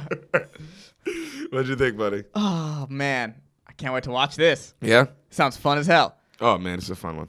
It's a fun one. It's Silly Billy Goose time. Silly Billy Goose time. Yeah, that is nice. That is nice. It's very. You're right. Very opposite of Hidden Figures.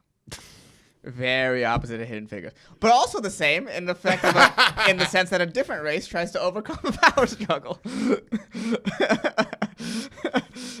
Guys, California is my family.